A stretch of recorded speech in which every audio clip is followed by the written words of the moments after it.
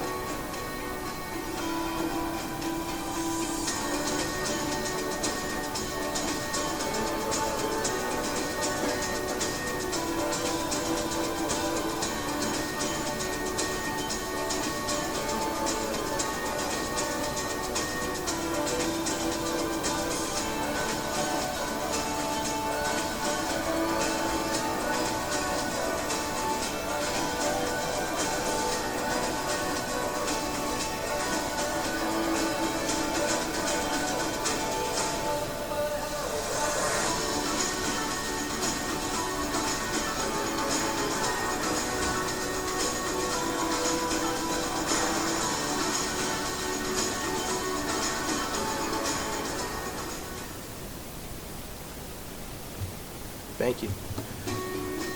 It's so good we're going to watch it again. And again, you saw some really great things there, but a lot of things that you didn't, you went through it pretty quick, but the students in the culinary class, those students at South Central cook lunch for the South Central staff every Friday. And it's a good lunch. It's good stuff. You saw the dual language class that we have available. We're expanding that into Pactolus over into global next year, and then full dual immersion the following year. So some opportunities for students that aren't anywhere. And that video didn't even go into our high school STEM labs. D.H. Conley, this year we actually added a health sciences STEM lab, which is the only one in Pitt County. We've had Dr. Rouse from the community college has been there. Members of Biden have been and looked at it, and just impressed with some of the things that these students are getting their hands on, that they can actually learn while they're sitting in a class and get ready for the real world. So those are just there's so many more things we could talk about, but those are just a couple things. I want you to see that. All right, so we'll move on to the budget. First of all, we appreciate your jobs. I know it's a difficult one. You got people coming at you from, I assume, just about every direction you can find. But we appreciate what you do for our students. We typically break our budget presentation down into a couple phases. This year we've added, we kind of broke it down a little bit more. Just a couple other things, impacts to the budget, our proposed increase, new money requests and capital requests. Those are what we normally see. One-time capital requests, and also some long-time capital needs, long-range capital needs that just want to make sure everyone understands that will be coming down in our direction. So out of our request, there's a breakdown of what the total local budget would look like. The county appropriation would jump to about $43 million, up from about 39 in our request. Total local budget is 46. Current budget is $39.2 million. Our proposed increase is $4 million, $4.1 million. That's broken down into fixed costs and where we'd like to expand things. Basically, that's supplement and counselors. We'll talk about those for a total of that $43 million. Slide we added a couple years ago. Just to, this is the trend across the state of local funds of how much per ADM counties are giving toward the LEA. You can see the blue line represents the top 55 school systems in the state as far as funding. The state in which Pitt County is actually number 53. The red line represents the state average, and then the green line represents where Pitt County schools are. And you can see we're just about $300 below the state average at this point.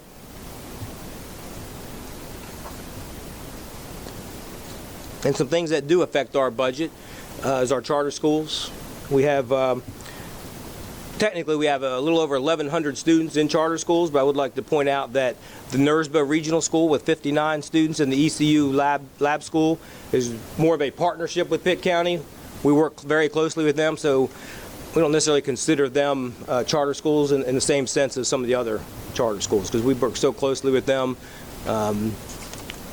with those two. So that puts you down about, I don't know, not 950 or so, a little less than that. That's our charter school funding, which is how much money we give to the charter schools for the students. You can see this past year it's actually dropped by about $180,000 or so. So the number of kids in charter schools has decreased. This is a, let me go back. That is the number of students in Pitt County. You can see that has increased and expect that to increase next year by about 100 students to 23,500. Have some fluctuations. You can see the big drop that year was about 2015, 16. That was the year Winterville Charter opened, obviously. Okay, and then the next year was when Ignite Charter opened, the two biggest charter schools. And then you see we've kind of come back up over the last several years.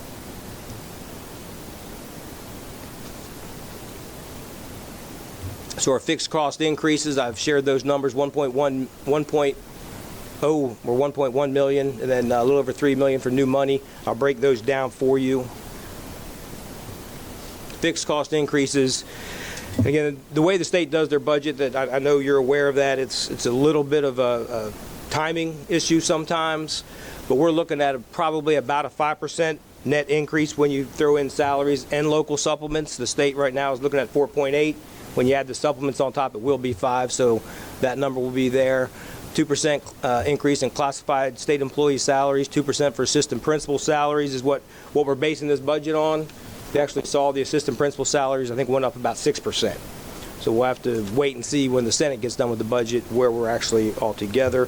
You have the employee retirement rate as well as health insurance. Those numbers, you can see a pretty big increase in the retirement rate, and also a $300 in our health insurance rate. If I break those out into the numbers, there's your 1.1 million.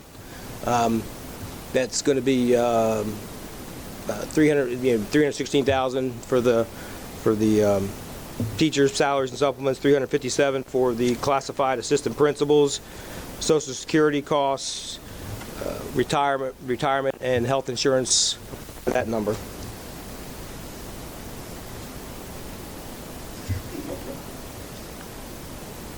What does that look like in our budget?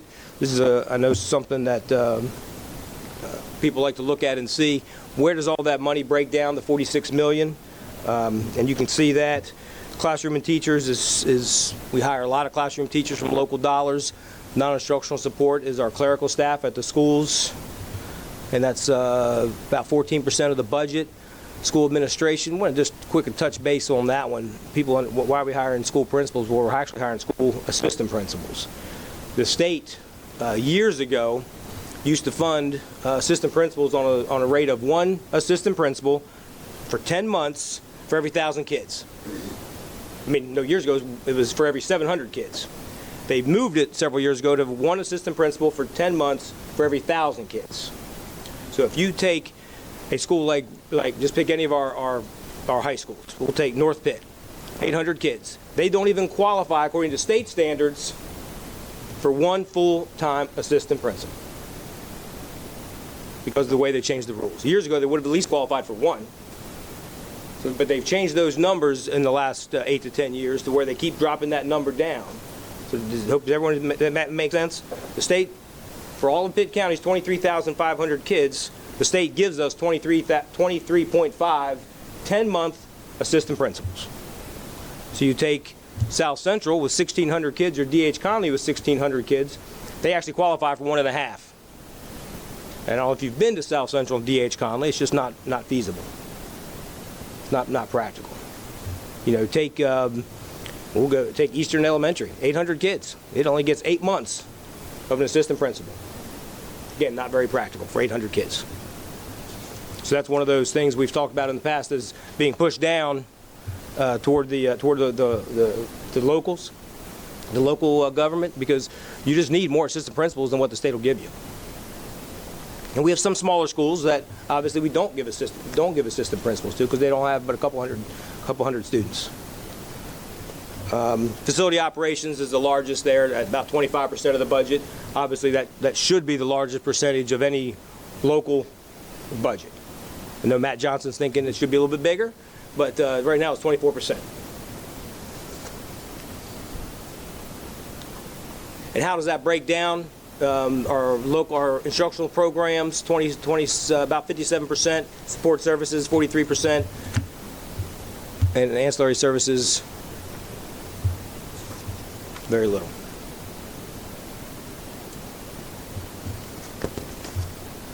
Comparison of where Pitt County Schools is in relation to the budget, our budget requests over the last, again, this slide is we just add a year, the last couple of years, we just keep adding the year. You can see where we are, what the request was for fixed costs, not expansion, just fixed costs, and where we were, and how much we received from the county first year, which is actually technically before I even came here. We got an extra $200,000 that year. The next year we were low. Next year we were low. 2016-17, we did receive an extra $430,000 toward our costs, and that was actually where we increased our local supplements for our new teachers from 2 to 3, and our teachers that have been with us for a while from 5 to 5 1/4. Now I'll mention that briefly. And I would just point out last year we were out about $500,000 of fixed costs, and that will have a ramification, which I'll show you here in just a minute. And this is the next thing everyone wants to see is, well, how many locally paid staff do we have? What are we paying locally? We have 17 assistant principals. And if the state would go back to the 700, the one per every 700 we would have, that would give us an extra 10 from the state. So that would actually drop that number down to about 7. So we really, if the state put those numbers back to where they were, you can see how that would affect those numbers. Clerical, that's the $6 million that was in the budget for our clerical staff. Teachers has decreased for several fold, and total teachers has decreased by 4. Okay, we actually were able to move some from local into state, but we actually gained teachers last year from the state. But because we didn't have the local funding to keep the local teachers we had, we shifted them to state, and we ended up losing about 4 total teachers last year. Maintenance department, we actually increased, but it's really just more of a shifting, and we're hiring outside grass cutters, so they're actually a little bit cheaper, so we'll be able to reshift some employees to other employees because we can't fill all of our positions, so we're actually shifting some positions. New money requests.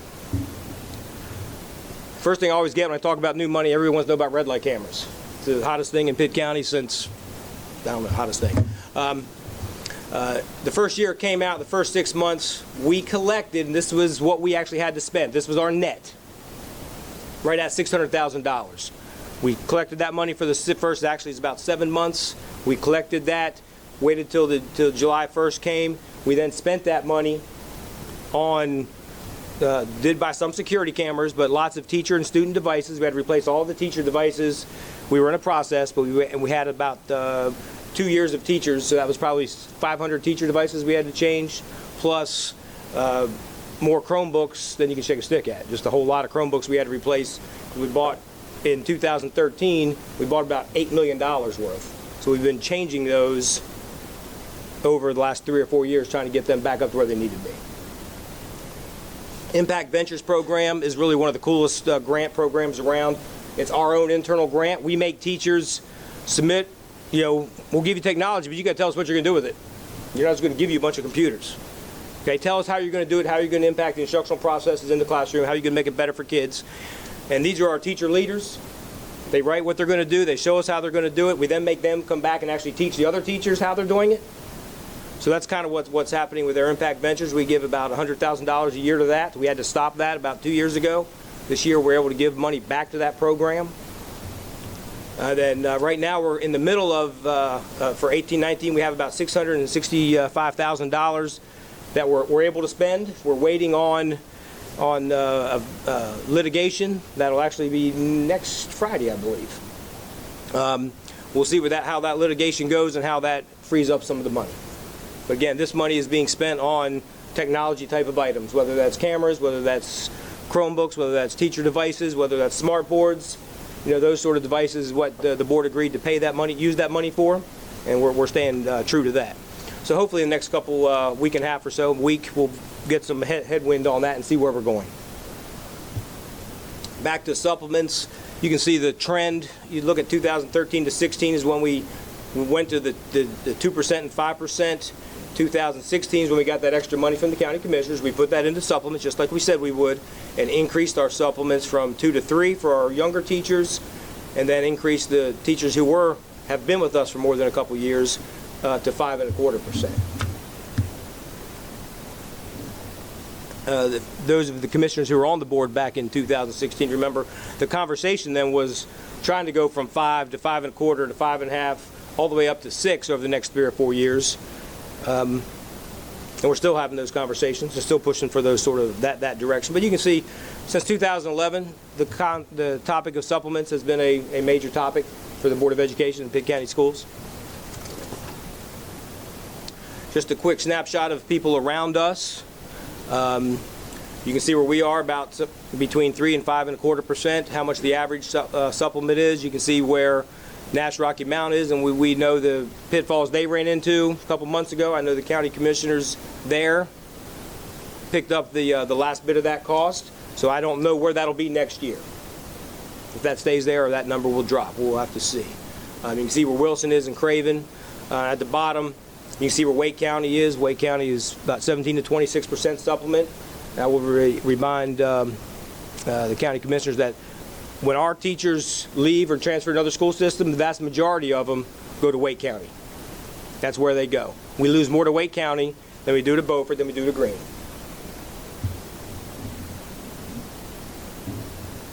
This is what the Board of Education focused on, our supplements. One of the things we wanted to look at, where do we want to be? What do we want to do? This year, the board, we actually are asking for a 7% supplement, so an extra 1.25% increase. That's a grand total of $2.3 million. You can see what each number would cost, what 6 would cost, 7, 8, 9, 10. Our budget request is a 7% supplement, $2.3 million. And why are we still talking about supplements? A couple things that are coming that really push. One is, you've heard of House Bill 90, and I'm going to talk a little bit more about that in just a little bit. House Bill 90 and the need for classroom, or teachers and classrooms, but for teachers, just looking across the state, the need for teachers is going to be like 4,000 or 5,000 new teachers in the next 3 to 4 years, 2 to 3 years. First of all, it's almost impossible to get all the teachers you need now in some school districts. Trying to get another 4,000 is going to be a real challenge. So we think our supplements is certainly a way for us to step out and say we've got to have to go out and attract. We've got to do what we can do. The next thing is, and I just want to say, we're lucky here in Pitt County. We've got ECU right here. ECU graduates anywhere from 350 to 400 teachers a year.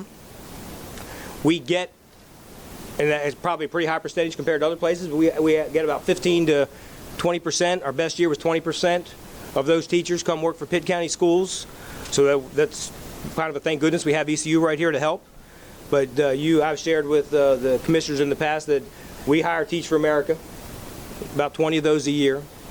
We hire international teachers, 15 to 20 of those a year, just to bring it all together. Because we can't rely on ECU to get all of our teachers. And still the vast number of our teachers are lateral entry, which means they're usually professionals who've been either changing careers, coming back into education, or else they're college students who just graduated and didn't get into whatever they were hoping to get into. And a lot of them have science and math backgrounds, those sort of backgrounds, and come teach through the lateral entry program, which is changing names to the residency program, but that's where that'll go. But those are the two big things. That House Bill 90 is certainly going to be a challenge for all the districts across the state. And then just a quick, the ECU does help. Brings us anywhere from 50 to 60 teachers a year, but does not meet all the needs of our teachers. And rightfully so. We do see that a lot of these teachers, unless they're from Pitt County or real close, they may stick around for a couple years and realize living in Greenville and not being a college student anymore is a different lifestyle than being a college student. So you actually have to go to work. So that's when we see after 2 to 3 years, a lot of those students go back home or go back to where, or decide they want to live in Wilmington or New Hanover, wherever they want to live, which is, again, one of the things, we work on with our federal grant, the TIF grant, doing what we can to make sure teachers understand the opportunities in Pitt County. We had a big celebration last night for our key BT teachers. We had one a couple days before. We have a lot of celebrations in Pitt County schools, let me tell you. But the key BT last night, but celebrating our young teachers.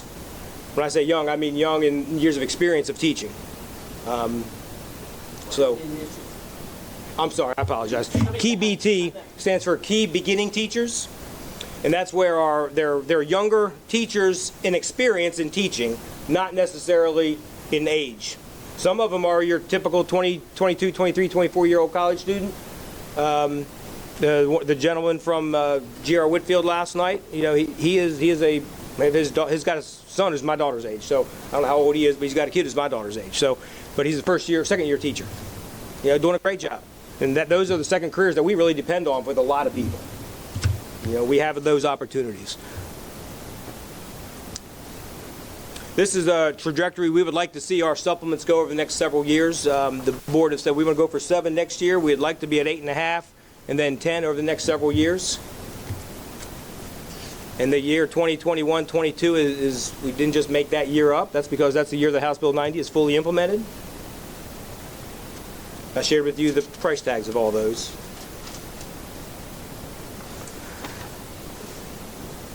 Back to counselors. This is the same slide, except we just changed the cost of the counselors from last year because the salaries have gone up. We're about 18 counselors short. We were still requesting half of those. We know the social-emotional needs of our students. The trauma of our students is great, and it's not just a Pitt County problem. This is a statewide, national problem. But counselors in those positions would certainly be a major benefit for our kids. You can see the American School Counselor Association is their recommendations are 1 to 250, and we're a little bit higher than that, a lot of bit higher than that.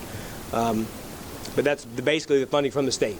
Now, I do know the governor's initial budget talked about school counselors. I've not seen anything in the House budget talking about school counselors.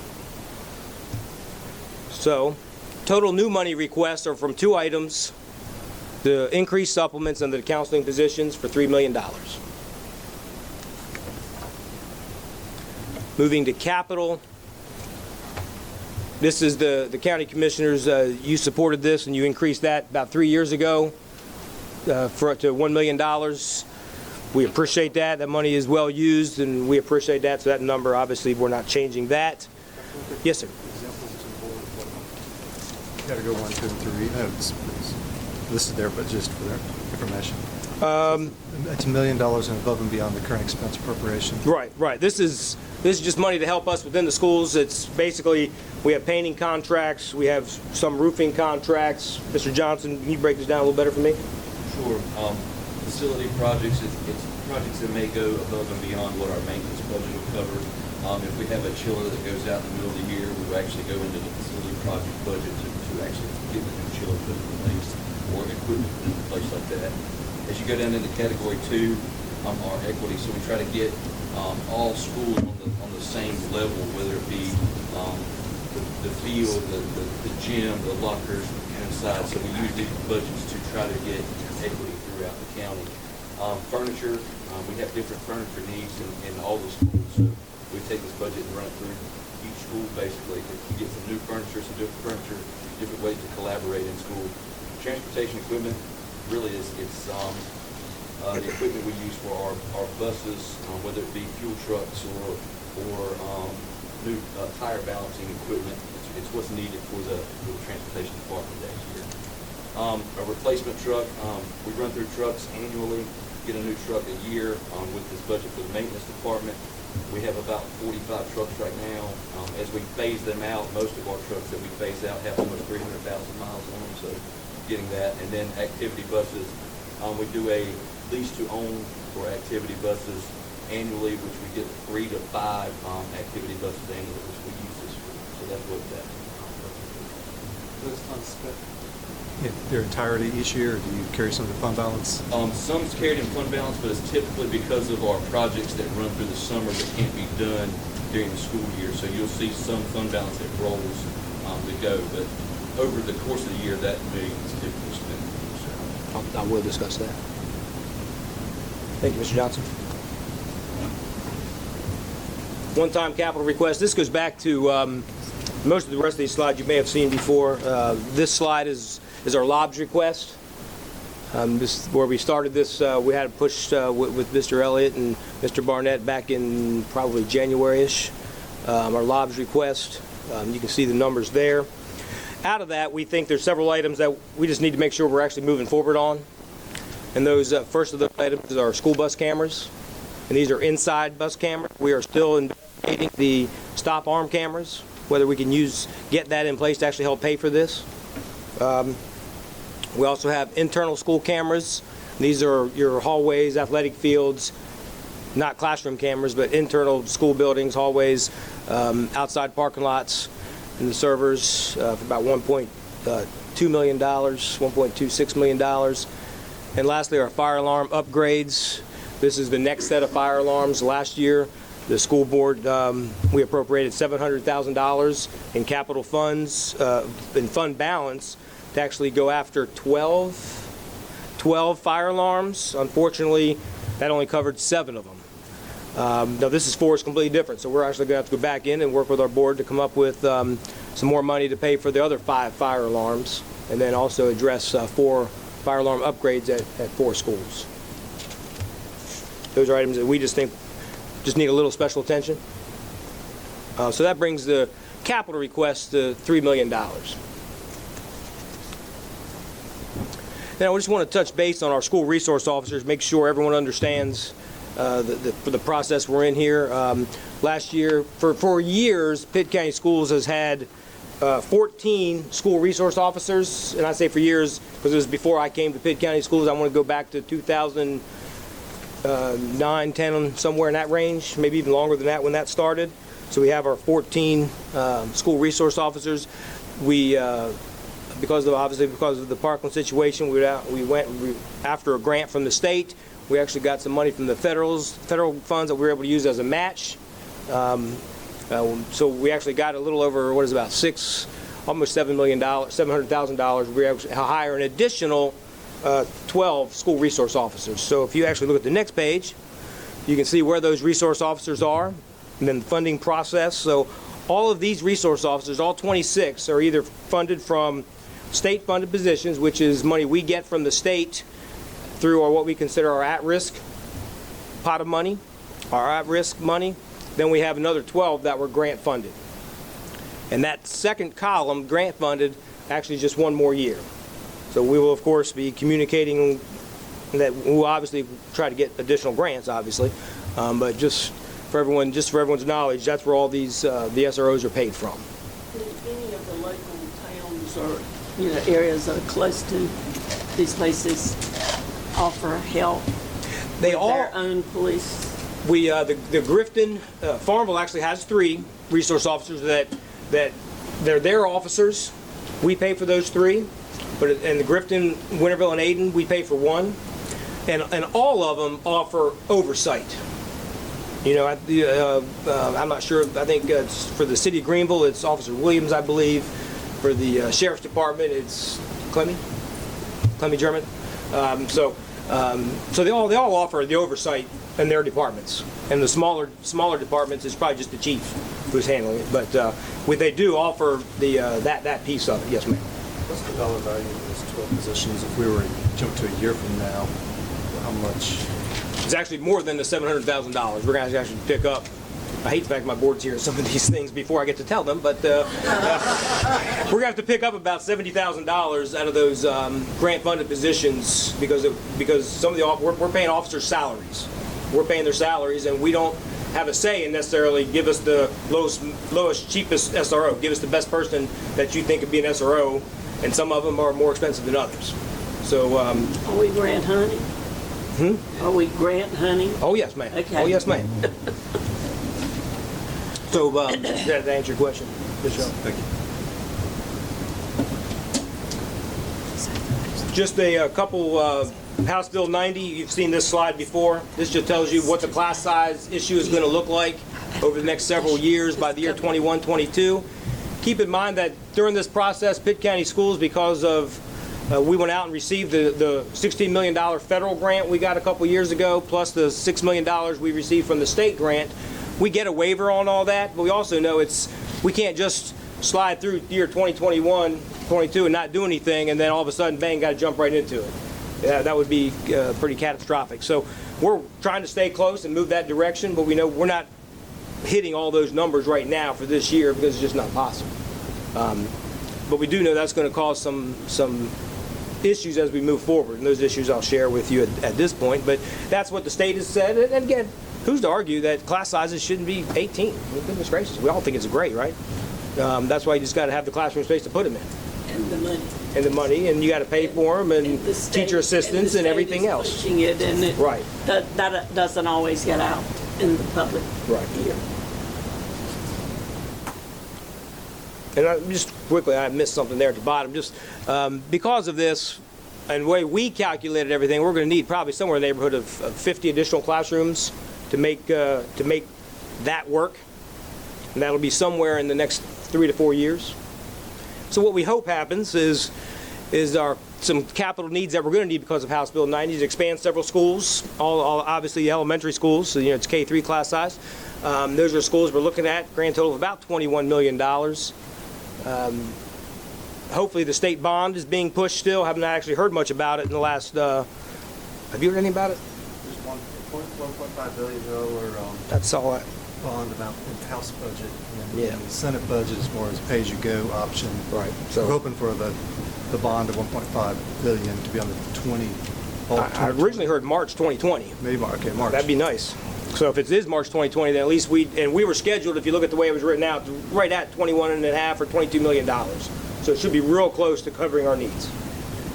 So, And that assumes, I mean, there is available classroom space in Pitt County, but as you noted, Dr. Linker, it's in areas of the county that might be too far for children to be transported, but there's always the option that part of that could be mitigated through redistricting, but that's the big work.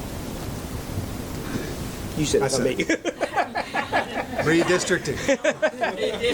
But I would just remind you, the classroom spaces are at 2 or 3 classrooms at Stokes and 4 or 5 classrooms at Bethel, and we don't have 50 classrooms. We do not have 50 open classrooms unless you're going to change some of our high schools and making them an elementary wing or something. We have a couple classrooms you could, if you actually thought about that, you could do. I wouldn't say you could do that, but there are empty classrooms. I'm just talking elementary-wise.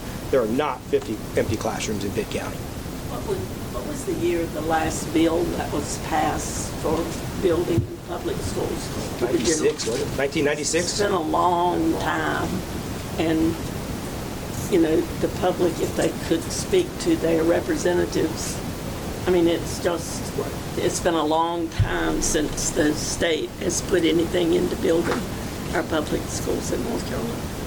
Dr. Lincoln, Yes, sir. 21 million is just for House Bill 90 capital.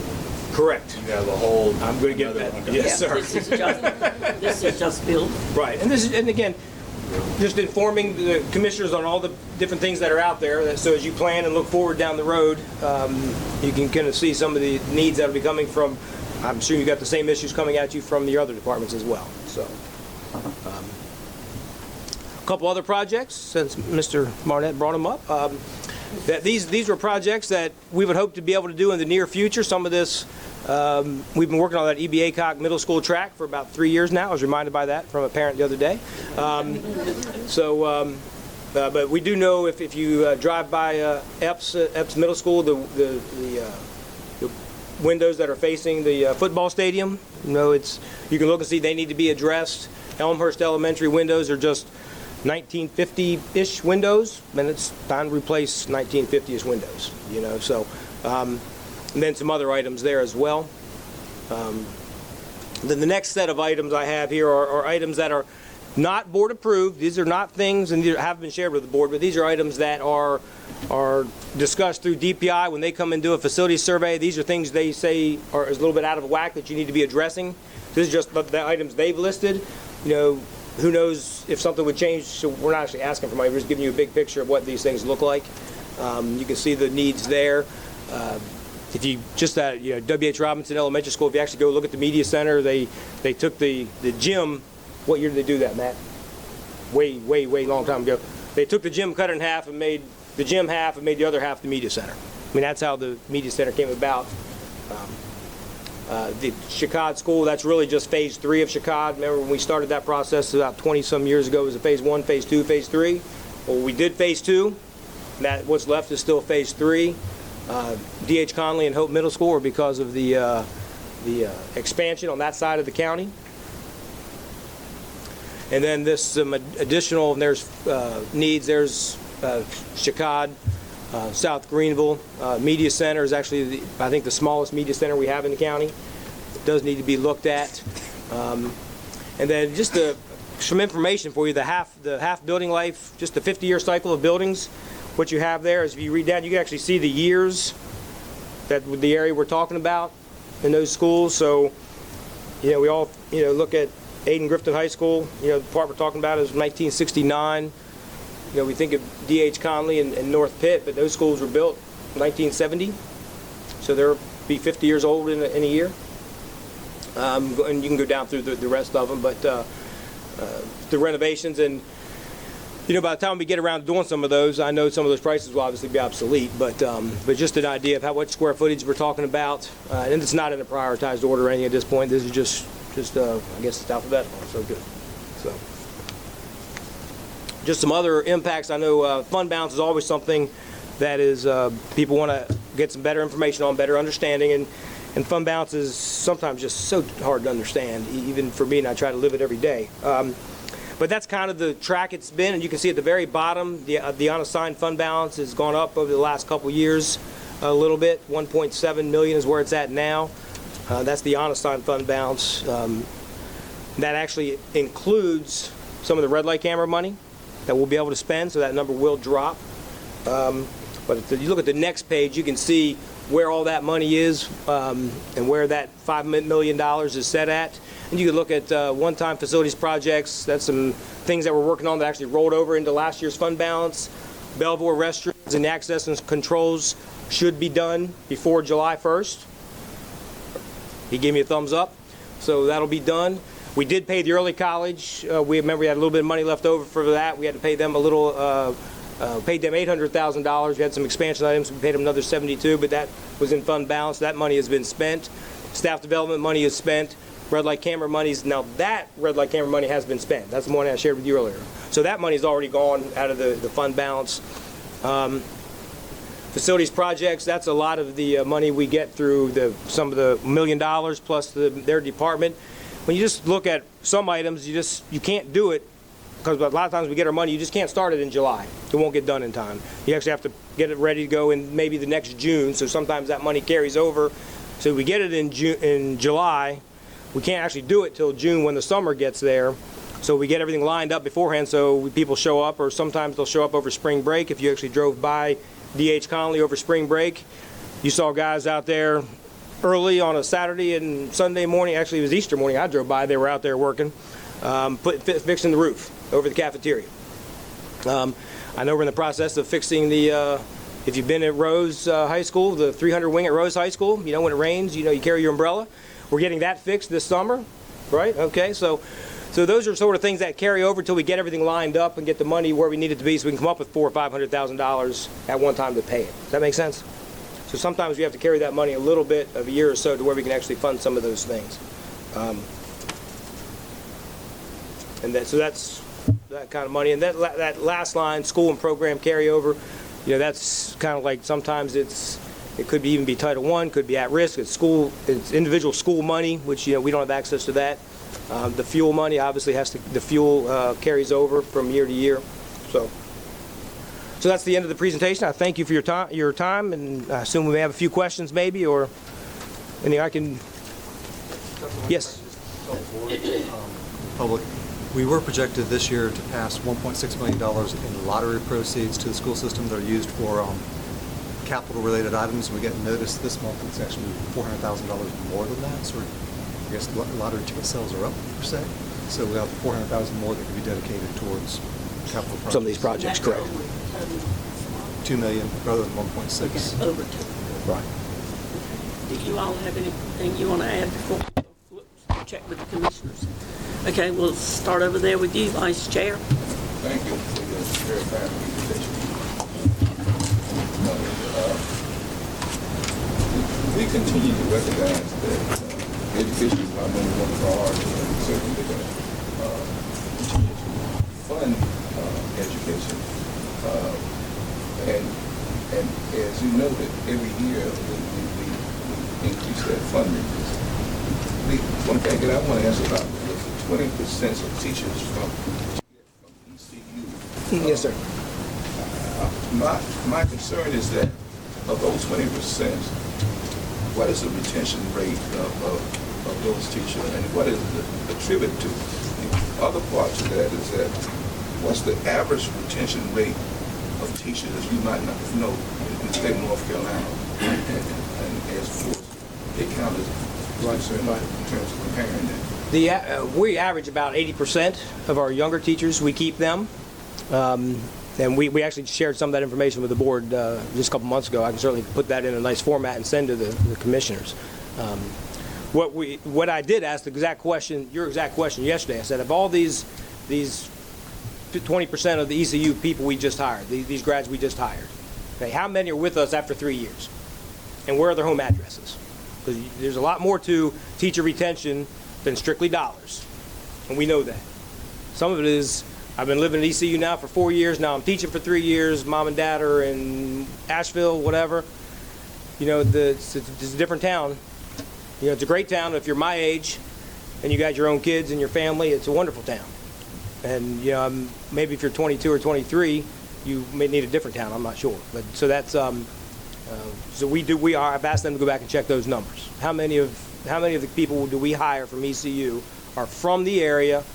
And then how many do we actually keep 3, 4, 5 years later? Generally across the state, it's about 50% of your teachers after 5 years have left. And we're right in the general state average. The other question is that, I think you noted that your red light funding that you get, that's unrestricted. Is that? It's unrestricted. You can It use can be used for anything that the Board of Education decides to use it for? Uh-huh. Yes, sir. Right. If we get it. If you get it. If we can get Exactly, it and then keep we it. can Right. keep it when we Right. get it. So the board can decide as to what they want to do on that. Okay. And at this point, the board has decided, you know, we were so far technology, and we were way behind technology. Great. We just had to address those needs. Thank you very much. Yes, sir. Thank you, Dr. Linker. Appreciate the support you've given citizens in Pitt County as it relates to the school and the education of their children. My district is very heavily populated with Hispanic and other people who may not have resources that are normal in the area. And you have to meet that through hiring teachers of multilingual descendants. So I appreciate your addressing that. But my concern, or the first questions I got started coming up in my mind, was your presentation as it relates to charter schools. And so much of your budget does go to charter schools, and I was scribbling on my paper trying to get it right. So for the charter schools, what the state does, if I'm right, I'm trying to verify my knowledge, the state awards us as it relates to the students and the education thereof. Is that correct? And it goes to you through the county for educating the children. Is that No, that's not correct. Okay, If- tell me, if- get me if right. 100 kids go enroll at a charter school, the money from the state, the $5,200 approximately from the state, will go directly to the charter school. It'll never come to Pitt County Schools. Okay. What this money is the money we get from the county commissioners, about the $1,500 per student, local ADM, if they live in Pitt County, and we check them we double check, make sure they're not sneaking somebody from Greene County in our list, you know. So, but we double check that list every time we get it, and that money is what we have to send to the charter schools. Okay. Now, that is mandated. Thank you, because Yes, ma'am. I got that all wrong. You're close. That money is mandated by the state that we have to give X amount of dollars to the charter school. Correct. Okay. Now, what maybe the general public does not know, because I've heard something about the $21,000 going to charter schools, and that we are not supposed to fund that. But I wanted that clarification made as to the fact that you must deliver that money to the charter schools. What was my question here? That answer that. How much did you fork over that wasn't designated? Right. We budget that, obviously. By the state. You only give what they say you must give. Is that Right, correct? Okay, that take care of the charter school question. Because a lot of people, you know, in my area can't afford to send children to charter schools, and there's rumor mills about sending money, and I wanted that clear because I've heard that so much about charter schools. Shouldn't be any money sent to a charter. I mean, it's technically a public school, Okay. so it shouldn't cost them any different than it would cost to go to Pitt County schools. Except So- for maybe they supply transportation, Right. maybe they have school lunch, maybe they don't. All right. And you did clarify that the money leaves the state and goes straight to the charter school when they approve it. Yes. So that's good. Yeah. My next question is this, I've never seen any of our buses broken down Long Road. You just don't drive on the right road then. No. At the right time, right. Well, I travel the main roads because Yes. if I get lost, they panic. But So your bus situation, and I've seen some broken down along the road, by the way. In My- different counties, Huh? in other counties, Yes, right? in other counties. I travel main road. The funding by the state as it relates to resource officers. And I think I mentioned to you, there was a concern that the schools in my district doesn't have resource officers. This year, in a community watch meeting, Belleville Community, I discovered that we do have resource officers in schools in my district now, elementary schools. Correct. And there was concern about North Pitt High School. Well, you know, with an incident that occurred in the community. And 2 former teachers visited North Pitt and was talking about the fact that the children were there without supervision and all kinds of things. So the resource officers are very important to the residents about the safety of their children, because the children was worried about the shooting and this stuff, TV. They more into Right. the TV and the telephone stuff than we probably are. My concern as it relates to keeping our children safe and addressing that need, because, and these were not elementary children that was making the complaints, these were middle school and high school students. And I get a lot of exposure from that range of young males. So with that being said, and the resource officers, who pay for those? Those resource officers are paid by two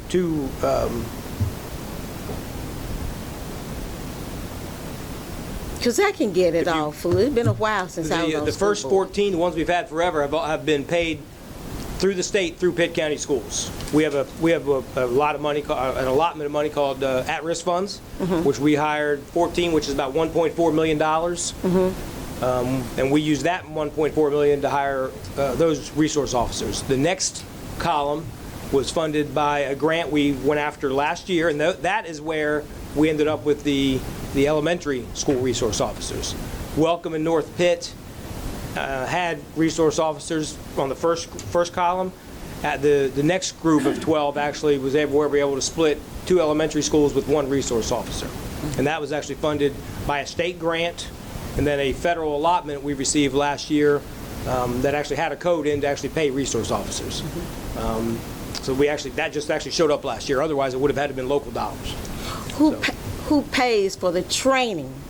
I'm getting to what my question was. I had to put for the training of those resource They have to go officers. through a weeks-long training before they can actually be a school SRO, so that's going to be done by the police departments, the sheriffs, the city of Greenville, Farmville, Grifton, Winterville, Ayden. They take care of that before they end up on our schools, in the school buildings. So the sheriff department sort of take care of that. And we're Okay. working with all of them to make sure that all these trainings moving forward are in the summertime. Because all of those employees, except for Farmville works with us at a higher level, but all these SROs are 12-month employees for Pitt County Schools, actually for the Sheriff's Department or Greenville, but they're 12, we pay their salary for 12 months.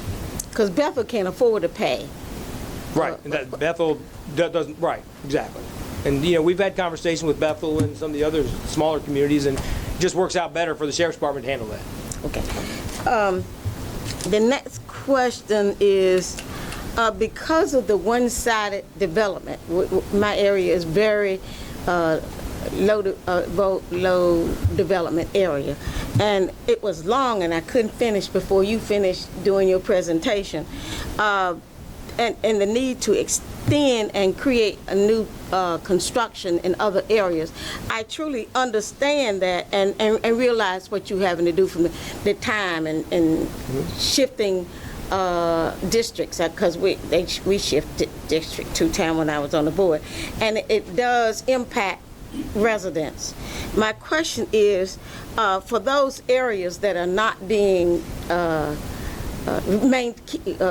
retaining their families, is family impact, like the outlining areas. Griffin floods all the time. We flood, we always flooding, and people are looking for whatever to keep their family safe. Because of this, and some people are not able to move, then that impacts the need for busing. I'm getting to the busing issue. What is your, if I can recall that question right, what is your policy as it relates to busing students? How many miles for, you understand, let me see, can I tell you so you know what I said, because that's where I got stopped there. The current policy recommends no bus routes longer than 90 minutes. And at this point, Okay, that's our goal. That's our focus. For 90 minutes, 90 because a child living at the edge. Which, by the way, if any of you want to sit on a bus for 90 minutes and try it, you know. Yeah, it's the It won't be getting up great. early, how much a working parent has to get up to get that child ready Sure. to catch the bus and make sure that the child is secure until they get on the bus is a concern. Like if you're in Martin County and, you know, area or the edge of the line, what you have to do, like in Beaufort County, out in Clark Neck's area, what you have to do as a family to get that child to school because you're unable to move. That's it. And that's where we have a lot of the mobile home. So the 90 minutes, that I got to put that down, the 90-minute time, That's in policy, yes, ma'am. you use time and not mileage. Time. Okay. I wanted people to know because you're going to have to face some of that. So I don't know how you're going to do it, but thank you so much. Those were questions that I wanted to be able to answer, and when the time comes, I want to let you know that I'll be making the phone calls to you. Yes, ma'am. Thank you. Always look forward to it. Commissioner Nunley. Thank you, Chairperson Ward.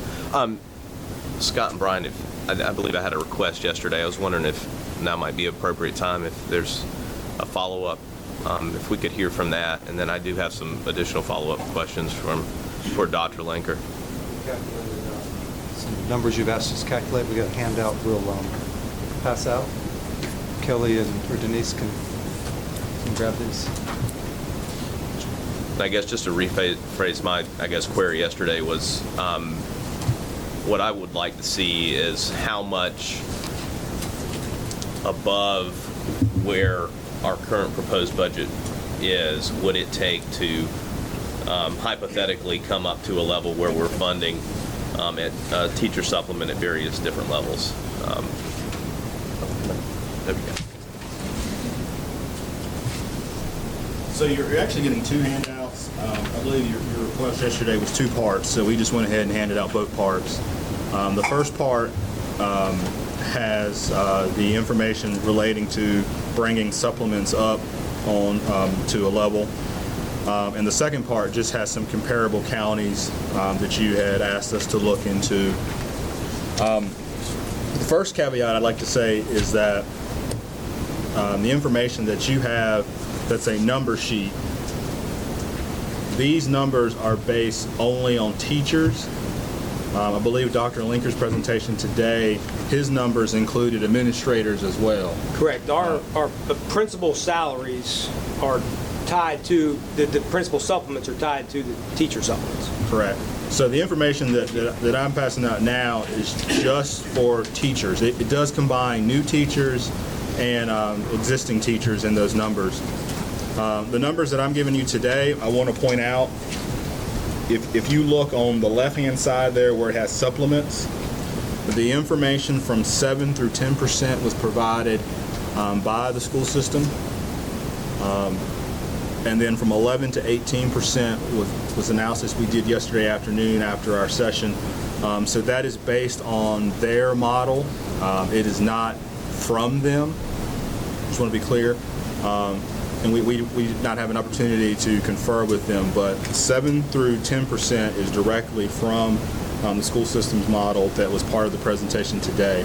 So basically what this says to you all is if you were to make the increase of a 7% supplement up to an 18% supplement just for the next fiscal year, that's what it would cost you. Right, so if you did it all at once. All at once. July 1, 18% would be a 10.55 cent additional tax increase. So any one of those percentages, if you were to to decide to fund just for next year. I think Commissioner Nunnally was also looking at an approach of stepping it up, so percentage or so points per year. It's not as simple as just subtracting one percentage from the next, because if you did a supplement this year, that becomes your base. And then the following year, to get to another higher percentage, we'd have to recalculate the math. And then the bottom of the sheet here, Commissioner Nunley had asked to look at the median income of Pitt County. I conferred with several folks to get us a $45,849 median income. And then I believe the base salary for starting teacher is $35,000 according to the state. So what we wanted to show in this analysis, if you applied the supplement to that income, where that supplement would rank as a median income within Pitt County, and it would take that base teacher a 31% supplement to get to the base income of Pitt County.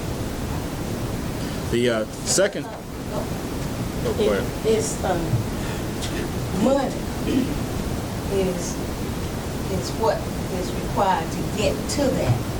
It's money figure here. Correct. The second sheet, which is the long sheet,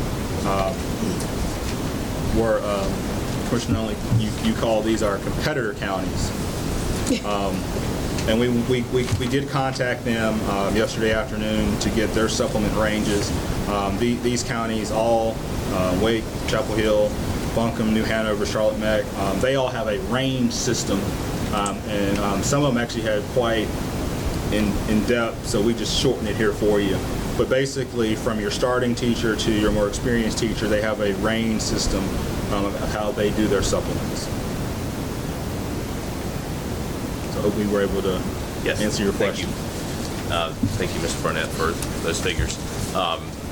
And Dr. Lenker, thank you for the presentation. I think one of the things that comes to mind, and we heard from the CVB yesterday, it's the Visitors Convention Bureau. A lot of times when we're having these discussions, we're looking at our regional, I guess, our neighbors. And if you look at your handout, we see Nash, Wilson, Craven, Edgecombe, Wayne, Lenore, Beaufort, Martin, Greene counties as our, I guess, comparables. According to that list, we're way underneath what these comparable counties are doing. As Pitt Greenville is growing into a major metropolitan centers, and as we are competing with some of the major metros in North Carolina and also regionally within the Southeast, as superintendent, how do you feel that teacher supplements play into our ability to recruit the top teachers coming out of our schools of education in the state? Teachers are a unique person, which makes them great, right? What I see, one is the biggest thing is when teachers are just starting the field. That I think the supplement is where makes the biggest difference. If you're a 22, 23-year-old just graduating from ECU or UNCW or Asheville, and Wake County is 20. I think they start about 17%. Pitt County is 3% for the new teachers. Even go down to Wilson County at 8%. That 5% difference between Wilson and Pitt County, I cannot give you data that proves this, but it seems logical to me. I've read every bit of research I can find on supplements. Okay, and I know that, but the difference between 3% and 5% is enough to make somebody move. That number we can show. But it's also enough to make somebody want to go to that county over their other county. Now we do so have some advantages built in with ECU because we house probably 200 or 300 of their student teachers every year, and the ones that we obviously jump on the ones as soon as we can. The ones who are good that we want, we get them contracted out as quick as we can. That's my opinion on that. Is I do think it makes a huge difference. I don't think 2% is going to make a difference whether you leave Pitt County, going to go to Beaufort County. But I think it makes a difference when you hit 4 to 5%. If you're going to leave somewhere and have the opportunity to make $2,500 or $3,000 more, especially if you're after 15 years or so in your career, and that will start affecting your retirement. Then it actually is more money down the road. So to clarify, you say for beginning teachers, especially graduated from school, it's an especially important recruiting Right. tool. Especially important. And also, one thing we don't always consider, but those teachers, if we can get the best of the best teachers, those best of the best teachers become the best of the best principals and assistant principals. And we all know that the great teachers make great principals. So that's just something that we're for me, I'm looking 5 years, 10 years down the road, making sure I'm getting good people here now so I can hire them in a couple of years as something else. So that segues to my next question. Historically, we're lucky in that we've got a strong school education at East Carolina University. We're actually locally situated to benefit passively from that. Correct. Historically, however, looking back at it longitudinally, how are our placement numbers trending? Are they trending static? Are they decreasing? Or are they going up? From ECU From specifically? ECU, yeah. Actually, last year was one of the better years we had. Last year was 20%. Previous 2 years were 15, 14%. Math and science teachers, it's really hit or miss sometimes. One year we got half of the math and science teachers 2 years ago. This past June, not this year because we're still putting all that together, not the September or the May graduates, but the fall graduates that just graduated at Christmas. We got 0. And there was only 1 or 2 or 3 anyway, but we didn't get any. There weren't any. The number of graduates over at So- ECU in these two fields Right. are way, way down. And we've seen years where it's 4, 5, 6 math science. It's really low. Now EC, exceptional children teachers, is actually increasing the last several years. And they've done a lot of grow your own, and we've been able to hire lots of our teacher assistants, which are your local employees, and they'll stay with you. So as many of those as we can hire, we try to hire a lot of our teacher assistants to become exceptional children teachers, because they know the families, they know the community, they know the kids, and but ECU does produce 25 to 30 of those a year, maybe up to 35 a year, and we do get a fair percentage of those. So outside of ECU and lateral entry, which you said was also a big contributor to your new teachers, are we competing for teachers from UNC Charlotte, Davidson, Wake Forest University, UNC Chapel Hill, University of Richmond, George Washington University? Are we competing from teachers in other areas that may start to look at Greenville, Pitt County as a place that they would like to move as a young professional and start their teaching career? When we recruit all the colleges you mentioned. I love to recruit University of Richmond. I've been trying to get them to go to Virginia Tech and let me go, but haven't been able to do that yet. But we do take what we call the northern swing. We go through Pennsylvania and or New York, because there's a swing across there. You can go about 3 or 4 days in a row, and you can go to Pittsburgh, which is called the PERT, the Pittsburgh Education Recruitment something. But we go there, and there's like 20 colleges there that produce teachers right there in the Pittsburgh area. So we send teachers there, and we recruit that area hard. We recruit Buffalo, Syracuse, Rochester. We do find that that's too far, unless they truly just want to. Buffalo is too far. Pennsylvania, we do okay. We get teachers there. ECU and UNCW and Asheville not Asheville, Appalachian State produce the vast majority of teachers across the state. So we recruit those areas pretty hard. And it's like a lot of things. Most teachers are going where they know or where they truly want to live. And if you've not been to Greenville, you don't know what a great town it is. If you didn't go to ECU, you don't know that. You think about Wilmington, you think about Carteret County, you just start thinking beaches. That's what they think. If you're from the mountains, you're thinking, well, I'm going to stay in Buncombe County. You saw the supplements there. Well, So, 10% supplement. yeah. Um, Right. Out of the folks that we are we getting the best in the classes of those teachers? I think the ones we are pushing our principals, and I think they're doing a good job, to be picky. We've had several openings this year that we just didn't fill. It was better to take it and divide it by 2 teachers as opposed to 3 teachers than put in a weak teacher. So we're not just taking warm bodies. We've stressed that. If you can't get a quality person and grow them, most of the time we can teach a teacher how to teach, and we can teach a teacher how to do a lesson plan, classroom management. You got to find people who truly love kids. That really helps. Who wants to be in a classroom with 20, 22 kids. Wants to work with grown-ups. Our teachers don't work in isolation like we did when I was teaching. I'd teach all week and never even see another teacher when I was teaching. We don't do that anymore. We force our teachers to work together. So you can't just work with kids now as a teacher. You got to have that dialogue with the other third grade teachers and say, okay, I'm struggling here. How are you doing it? Why are you so successful? And we promote our federal grant has been a huge recruiting tool for us, because that federal grant, that state grant, gives teachers what we call a unique career ladder that's not like anything in the state of North Carolina. So we use that all over the place when we recruit. That you can come here, after a year or so, you can be in the Key B, you can get Key BT program, you can get out and get involved with the businesses, go meet with the General Assembly, get your influence level up. You can then get in the Teacher Leadership Institute, where we actually give you an extra $2,400 supplement so you get your national boards, and we pay you to do that so you can get your national boards, which is an extra 12% supplement after a couple years. So, and then we have the other programs, our facilitating teachers and our multi-classroom teachers that give the best teachers the opportunity to teach lots of kids. So we promote that, obviously, because that's what teachers, they may not want to become an assistant principal or principal. They may want to be a teacher. And they also want to do it and have the opportunity to make, $75,000 as opposed to $55,000. So we promote that as much as we can. An extra 5% supplement would certainly move that number up a little bit. And when when you're standing next to, when I was in years ago, depending on, when you're Pitt County, if you're standing next to Wake County too close, and they're offering signing bonuses of $3,000 or $4,000 plus, supplements of 15, 20, 25, 22, 23%, sometimes it's a challenge. And we've been discussing our signing bonuses, whether that's something we could do because it's a one-time thing.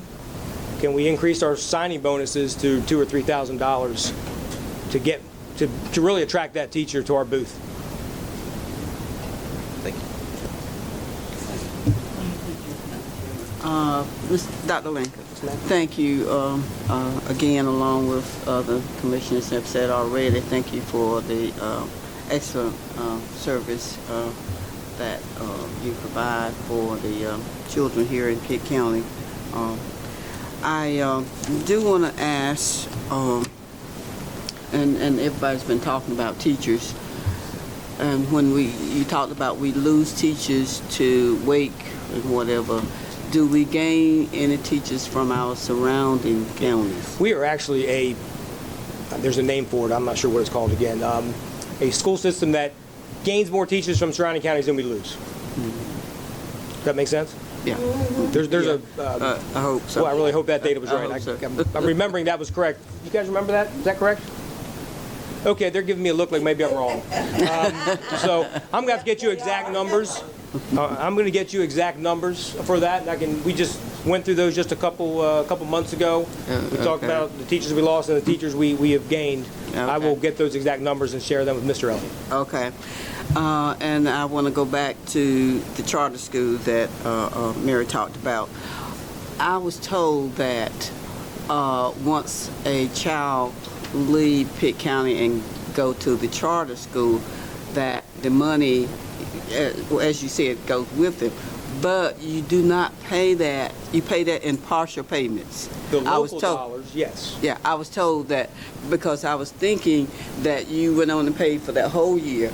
But one of your board members some time ago told me, no, we don't, because that child may come back. Correct. So if we have not paid that yearly, money, then we don't lose the whole thing. So We pay it on a monthly installment. monthly installment. And we do it we check all these 1,000 kids. We check them every month. Great idea. Great process, brother. Okay, the schools where you were talking about additional classrooms at the schools, is there a drop in enrollment at any of those schools where you're talking about adding classrooms? At those classrooms, no, ma'am. No, ma'am. The classrooms I addressed here, the 6 schools, Only one of those is actually on the open enrollment list as well. And it will probably be coming off this year Okay. because it is getting at capacity, or is at capacity. I lost my list. There it is. All those schools are either at capacity or over capacity. We have actually, Creekside Elementary has had 6 mobile units forever. Eastern Elementary was added 1 this year, 1 or 2. Elmhurst, I don't think has any. Ridgewood we've added 1 or 2 this year. And Wintergreen, we added a modular unit that has 9 rooms in it. And Robinson does not have any new ones. Okay. So, and some of the classroom, the classroom needs to be, like at Creekside, would be to get rid of the modular units and add 12 classrooms, but also get rid of the 6. Okay. All right. The camera, you said you were looking at the cameras for the bus arms. Where are you in that thinking? Matt, has that been done by anybody yet? Has Wake County pulled that off yet? They have not pulled it off yet. Okay. And that was one of the things when we met with them, we were hoping that they would get the ball started, if you will, so that the lawsuits and litigation would go towards them. We could see how that shook out before we started rolling down here in Pitt County. It's kind of the approach we're taking at the time. But to my knowledge, they have not kicked off the stop-on cameras in any counties and Wake was the big one. Because that would be another revenue source. That's one we were actually, it would pay for those, for the bus cameras. With the inside, the ones inside the school, it would pay for that, which is actually sad, that many people are running stop school buses. Stop school buses, yes. But, Yeah. So, and Scott, you may help me with this. Whatever we decide to give, well, first of all, I want to say that I believe we will continue to fund education as our top priority. So I believe we will continue to do that. So what we decide to give you, you can use it any way you want to use it, right? correct, yes. That's Yeah. correct. They So can- whether it could be, you could use it for supplement or just whatever, Additional right? teachers, supplements, technically probably even capital needs. Technically, Cap- right. All right, so because we don't earmark it when we give it to you. And it's the only thing that we have to fund. Right, yeah, okay. I believe that takes care of all my questions and concerns. Mr. Colson. I'm glad that we can say, from a dollar standpoint, that education is first amongst equals, because other things like sheriff department, I consider them the equal benefit. I do believe that we still put way too much emphasis in our school system on college education. I don't believe that we put enough into vocational. You didn't speak to it. I know things are going on. Dr. Rouse may talk to some of that, but from a standpoint of a living wage, the majority of people don't earn it from a college degree. If you were to look at the number of people that get college degrees, too many of them are what I call the classification of sand piling and bubble blowing. They may have a college degree, they borrowed a bunch of money, they go out and they get a job, and now they can't repay their loans that they're obligated for because they partied for 4 years taking relatively easy classes in subjects that don't pay or that there's no demand for. As far as supplemental pay, I have never understood, and I don't want to waste people's time here, but I've never understood why principals get a higher percentage than a school teacher. If you're going to pay a percentage in supplement, it ought to be the same supplement for all, including principals and vice principals and so on. I'm concerned that the SROs, I'm making more statements than asking questions. I'm concerned that the SROs are still short by, even with the 12 additional, we have 14 schools at any given time that are completely undefended. Soft targets. Invitations to disaster. I would like to know, what have we done to harden our schools as far as the easy entrance? I know that was a big subject when we had our joint meeting. Sure. You had plans over the summer to accomplish certain things. Where is that now? We have finished upwards of, I know all 6 high schools are finished about the first, second week of school. 10 schools are completely done. We have 14 being rolled out and completed this summer. That's part of that carryover money that you saw. So 14 will be done this summer. A lot of those buildings look alike, like Ridgewood and Hope and Creekside. They all have the same general entrance. So we can knock out 14 at one time. So but then we'll be up to about 2/3 of the schools will be done this summer with the goal by Christmas of all of them. Now, there are challenges. We're still deciding, what do you do at Walcoats? What do you do at, for Elmhurst, schools that are so wide open? We've gone to EPS and put in the swiper cards at every door. So you can't, there's lots of ways in and out of CMS, but there's swiper cards at every door, so at least you can't get into the building. We've done that at Walcoats and these other places as well. But you still have to change classrooms outside. So what are the options there? And that's things that we're still trying to figure out. And so it doesn't look just trashy, right? You don't want a trashy looking school. You want it to be safe, but you want it to look good. You want it to be inviting. You want people to want to go there, right? So those are the conversations we're having. Okay, and I just make another public comment about red light cameras. I have followed them since the 1980s when they started. They're sham. They're nothing more than for revenue. Has nothing to do with safety. I found it interesting that comparison numbers in the past where the city of Greenville is trying to make the case that they have actually benefited. They used statistics from in-school months in comparison to college out for the summer months. It's not apples and apples, it's apples and oranges. I don't like that being done.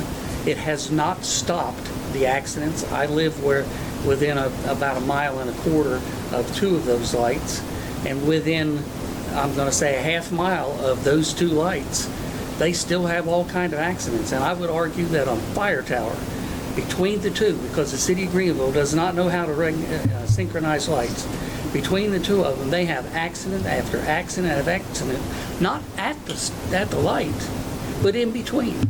And what's it caused by? I believe it's because of the red light cameras. Many communities have found them to be illegal, and I'm hoping that you lose the lawsuit. These things should go. My question now is, if that happens, and you are ordered to repay all that money that you've spent, where are you going to get it from? By fund balance. We've only spent $600,000 on it so far. Yeah, and okay, where are you going to get a fund balance? Fund balance is not federal money, because if you don't spend all your federal dollars, you have to send it back, don't you? Depends on the account, and the federal has Well, a different generally role, but speaking. generally, yes. You can't put that money into fund balance. State money, same thing. We have some So carryover therefore, if state, you too. have fund balance in the school system, where does it come from? What is the generation source? Or the source of generation? It's local government. It's us, the county. So therefore, you're putting up money that the county is awarded for other things as collateral in case you lose this lawsuit. That's what it boils down to. And I don't like that, quite frankly. I wish we hadn't spent any of that money. Well, then the kids wouldn't have computers. Would not what? Kids what about the $300,000 we bought for the computers in the classrooms? I could go into that subject too. You don't let them, no. The point. I'm sorry. The point is that I just disagree with them. I don't like them. But we need to do something going back to the SROs right now. Those 14 schools that are undefended, something needs to happen. I made this case when we had our joint meeting, 6 months ago, or however long it has been. And every time that we've met, it's been a concern. Can I go back to your CT questions? Yeah. Just so you, and I did not put any of that kind of stuff in this. That's more of a different presentation. But I know Dr. Rouse will be here in just a minute speaking. I don't know if he'll bring it up. But we just signed our technical academy bill, to where our technical academy program, where we're working together and we're going to start driving kids to these schools so they can take those kind of classes and take any class they want. But we're expanding those CTE options at an incredible rate. We look at the data, we know how many kids graduate from high school, how many go to college, and how many actually graduate from college. We know what those numbers are. We know that the CTE is a major focus, and that has been you just saw what Grow Local did, what we've done in the last 2 or 3 years. I think we've expanded our CTE options probably as well as anybody in the state. In fact, last time I checked, we have the 5th highest number of kids getting a credential, and we're only the 14th largest school district. So I think we're really pushing that, and we've expanded, welding into Farmville this past year. We're trying to look at how we can expand it into Rose, reorganize that.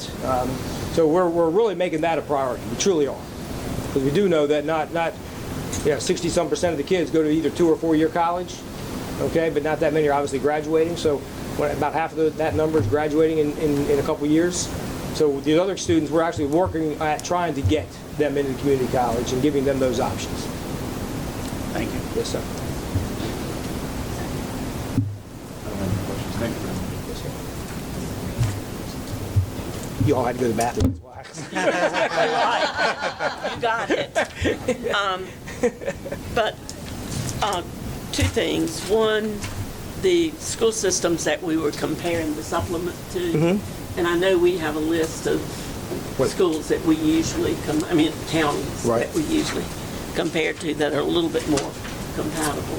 There's a lot of research on supplements out there, and I had a few other things, but one thing is the report on our test scores. I think there's some concern, about they're kind of up and down, and some down and some up, and I'm sure there are many different reasons, and we don't need to speak about that. But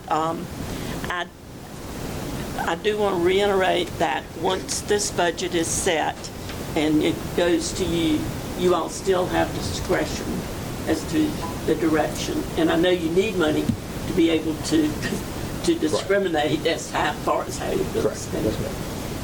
Do you all have anything? You did have Commissioner. Yes, I'm sorry. Ms. Perkins Williams had asked for Thank you. more Thank you. time. Being the under-resourceful district in the county throughout, where the poverty is now area of the traditional set. When we were in school, it was reading, writing, and arithmetic. And you learn how to cook, and provide for the family, and do budgeting and all of that. I won't say anything other than now the children can't even write their name. And that concerns I don't a know where lot you're of seeing that, ma'am, 'cause that's not true. but a lot of them cannot write their name in my district. And when they come, they say they are not being taught how to write. So do you have writing curriculum in the school? I don't know. Cursive, you do it in 3rd grade. Cursive, yeah. Yes. Yeah, well, that's what I'm calling. Yeah, thank you, Ann. Cursive. Cursive. Cursive. That's what I'm talking about. Cursive. That Where cursive, connects cursive. the one that connects the letters. That's what I'm talking about. I'm not talking about printing. How about if I say not printing? Would that be what I'm talking about? Cursive. Not printing. Gotcha. The other kind of writing. Okay, Right. thank you. See, I gotta use some of that everyday stuff. That's what I'm talking about. Reading, maybe so. But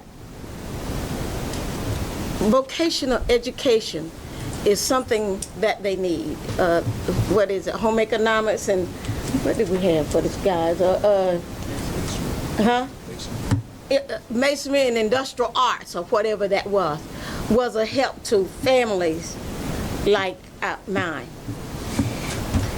What is the multicultural impact and economic level of impact for the groups that are affected in because every year I call planning department about economic impact and whatever as it relates to my district and others. And this is what I asked for because I want to stay in tune with that. And I guess this hits on what I don't want to say Tom, Commissioner Colson was bringing up when he talked about vocational education. That's a concern. Yeah, you do your own planting of the money in the district. I'm aware of that. But that multicultural impact between student and teacher ratio is important. And the only place I can get it is from you guys. And I haven't been able to get that. So I'm not saying, that you know about it. You can't know about everything that I be calling, because sometimes I don't know what it is. But I just like the writing just now.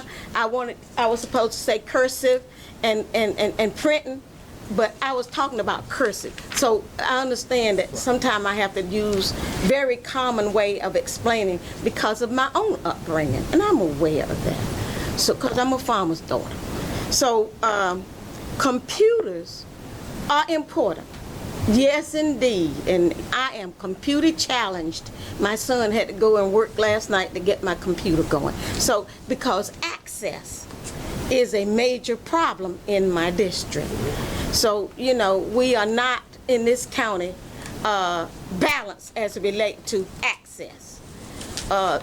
It may take you 2 seconds to get in. It may take me 3 days. So that's what I'm talking about. And yet they do need that. They do need it. I want you to know I support that act. And that was my follow-up. I'm the multicultural impact as relate to student ratio among educators and students. If I ask you here, then maybe I will know what it was I would like to have, because I do pull that out of school suspension for state, and I don't know, and I know anybody can put anything on the internet. I know that, and I may not use the same one that you guys use.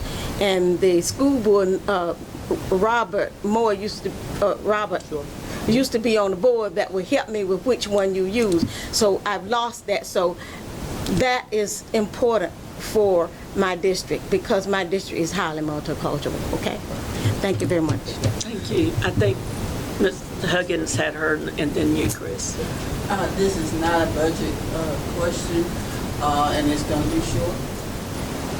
The DAM program is not taught in all of the schools. Why not? With suicides and all of that prevalent, why is that program? I can get you some information. I don't know. I think their program is not necessarily our program. I know, but it's not offered recently we didn't have SROs until all the schools till this year. I'll say the city schools, the schools within the city, the out of county ones, the sheriff department. There's a program that offer the DARE program in the kind of like the county schools. So I like I said, it's not a budget.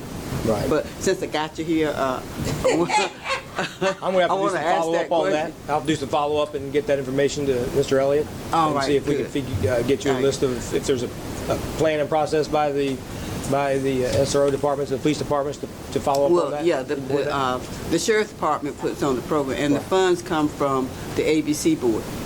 So that's how I know about that. The program. They present to the ABC board for programs, educational programs in the school system. So, okay. Okay, we have one more comment from Commissioner Nunley. I didn't mention it in my first question just because I overlooked it because it was so great. I really appreciate the level of detail in this budget proposal. And when we're making tough decisions about, it's really helpful for us as commissioners, and me in particular, to see where these funds are being spent. And in relation to that, the question was asked, when we appropriate the funds, do we have control over where they're spent?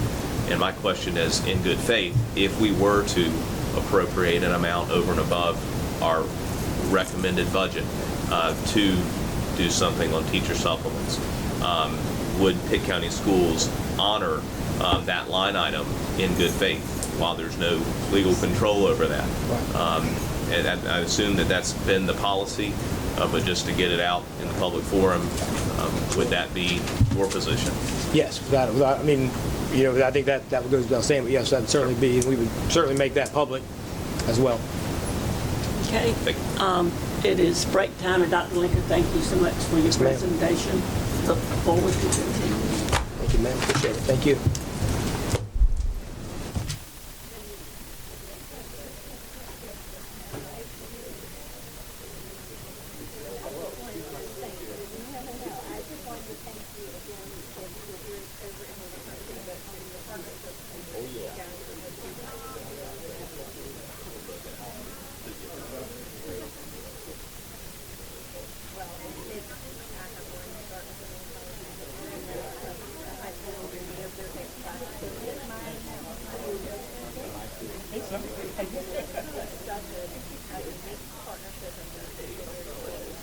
Taking all your time, big man.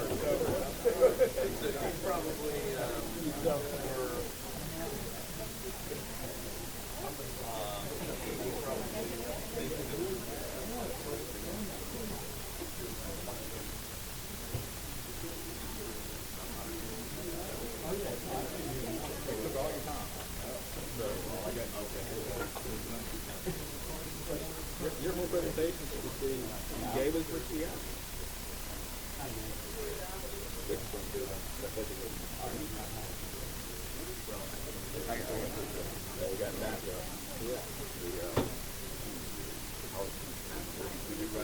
One of the largest graduate programs in the state.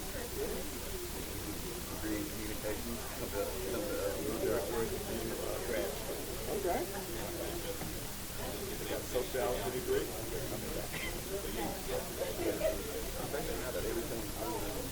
You got to have a master's or a doctorate, and you got to grad in sociology. I'm going to go back to school.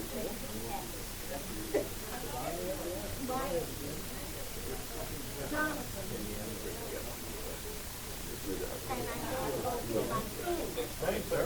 How are you?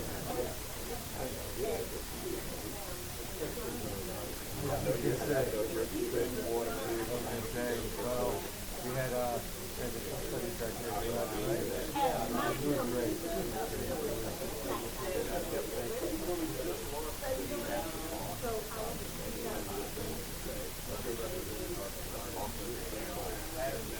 Well, they do get one. They do? Yeah. Oh, yeah. Yeah, they get it 3 times. Absolutely. Yeah. Yeah, we had about close to 100 on the Yeah. Yeah. So, oh yeah, no, it was great. I mean, the parents were so happy. It was very different from the other college. It was so formal and proper and everything. This is the party. We never thought she was. Yeah, this was just the party. They were so happy. Yeah, it was great.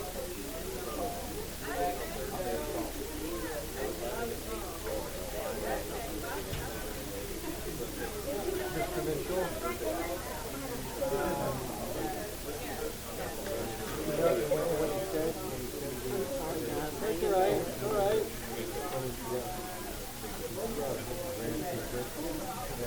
Boarding up their cars, am I right?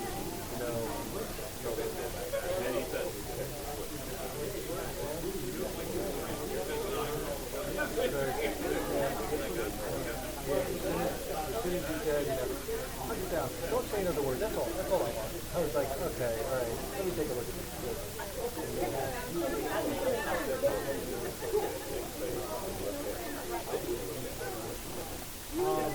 One of the Con-Ed guys looked at it, but then Rick Paul is going out on Monday.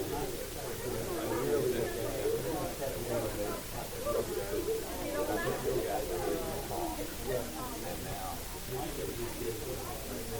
And when he just got to understand it,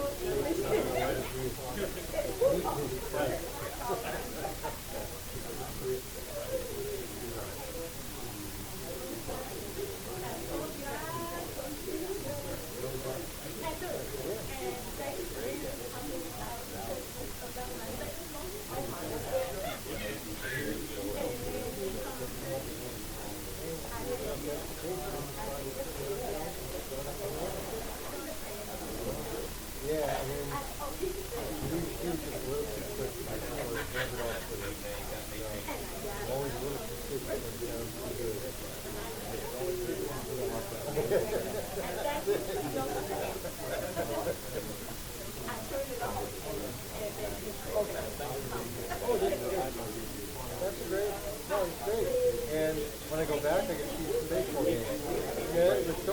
started at 10.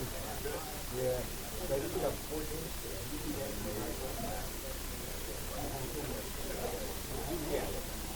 No problem. Yes, we'll sell it. No problem. How are you doing?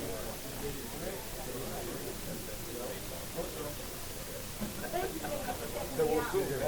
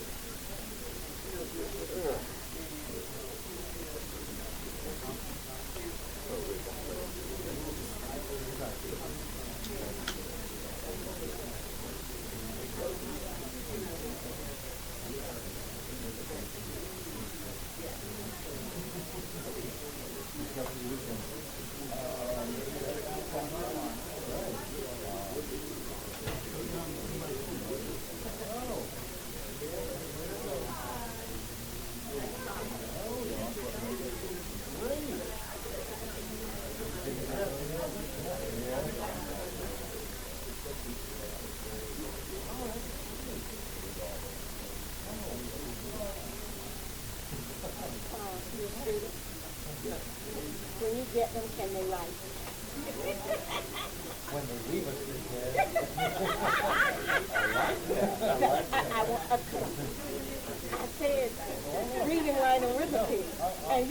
was talking about when I was saying, right, well, you sitting in here at that time. And then I forget, they make a very serious distinction between hunting and market hunting. Oh. Yes, Lord, yes. And Hose came in it. Hose came in it when you started the curses, and they expect you to make the curses. Not many people can share that. It's just that cornbread taste that somebody else can look at. And you know what? This is why on the board, there's a quite a cultural difference on both between Melvin and myself. I'm a really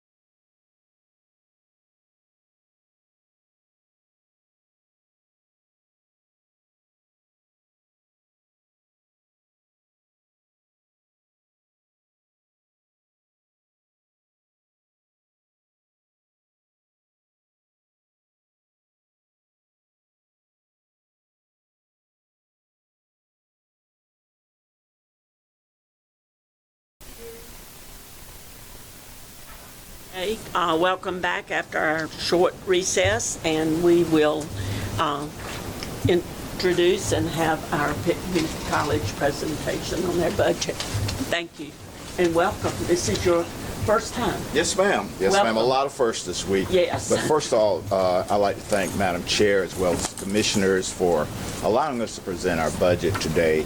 And certainly we thank you for your support that you've given us throughout the years. And I know it's evident in all the growth that we've had at Pitt Community College. As I mentioned, this is a first for me, presenting the budget. But I feel... Raise your mic. Okay. Thank you. Thank you. So with that, this is a first for me, this budget presentation, but also we had the first graduation that I was able to participate in on Wednesday night, and I'm glad to say that we had over 1,300 individuals to receive their credentials. 754 marched across the stage that evening, and we awarded over 1,900 credentials. And I'll just say that this was the largest graduating class that we've had, due in part to us being very vigilant about those students and making sure they get through the programs that they come to Pitt Community College for, and also making sure they get those degrees that they've earned. Also, I witnessed on yesterday morning the early college graduation, which was their first graduation, in which 22 students graduated from the early college, which resides on our campus. And these students not only got their high school diploma, but they also got an associate degree, which is a very good start for them as they move on. Several of the students will be going on to universities, but others will be going into the workforce, and a couple will be going into the military. So what we're looking at is that there is a need for good employees in the workforce. We have now employers who are coming to us and they're almost begging. When we have a career fair, it's always filled. We have to shut it off. We have to say, no more employers. We've got enough, and we don't have the room to accommodate you. But we know that employers are looking for good employees. And we also call ourselves a graduate school because a lot of folks who get a four-year degree come back to the community college in order to get retrained for a real job or a real career. So we feel very fortunate to be in the position that we're in, but we know that there is a deficit in talent for our employers. Right now, there are so many jobs that are available, and the employers just does not have the employees that they need, and we recognize that. But that is our mission, is to develop the workforce and help the employers to thrive by having good employees. So that's our mission, but we need your help in fulfilling that mission, because right now, and you'll see on one of the slides, that we're one of the most crowded. We are the most crowded campus of the 58 within our system. Right now, I believe we're at 67 square feet per FTE, and most schools average, I believe, somewhere beyond that. So I'm just going to say that our main mission is to prepare the workforce for Pitt County as well as for our region. And would like to let you know that we are working with the public school, because we feel that the earlier we start, the better we can get students in that pipeline to look at these careers. And we certainly thank other entities such as the Chamber, which started what they call Grow Your Own, Grow Local, in which these students in the public school, I think it was 2,700 students, got a chance to go to the employers and spend some time with them to find out what careers are there.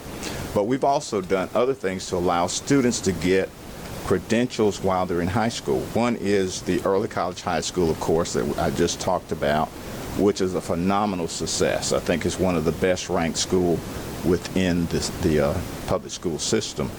Also, we started the Technical Scholars Academy. We just signed an agreement where Pitt County Schools will bring those students to our campus so they can get technical skills and have those skills so that they can also go into the workforce. And we're doing a lot of development with that.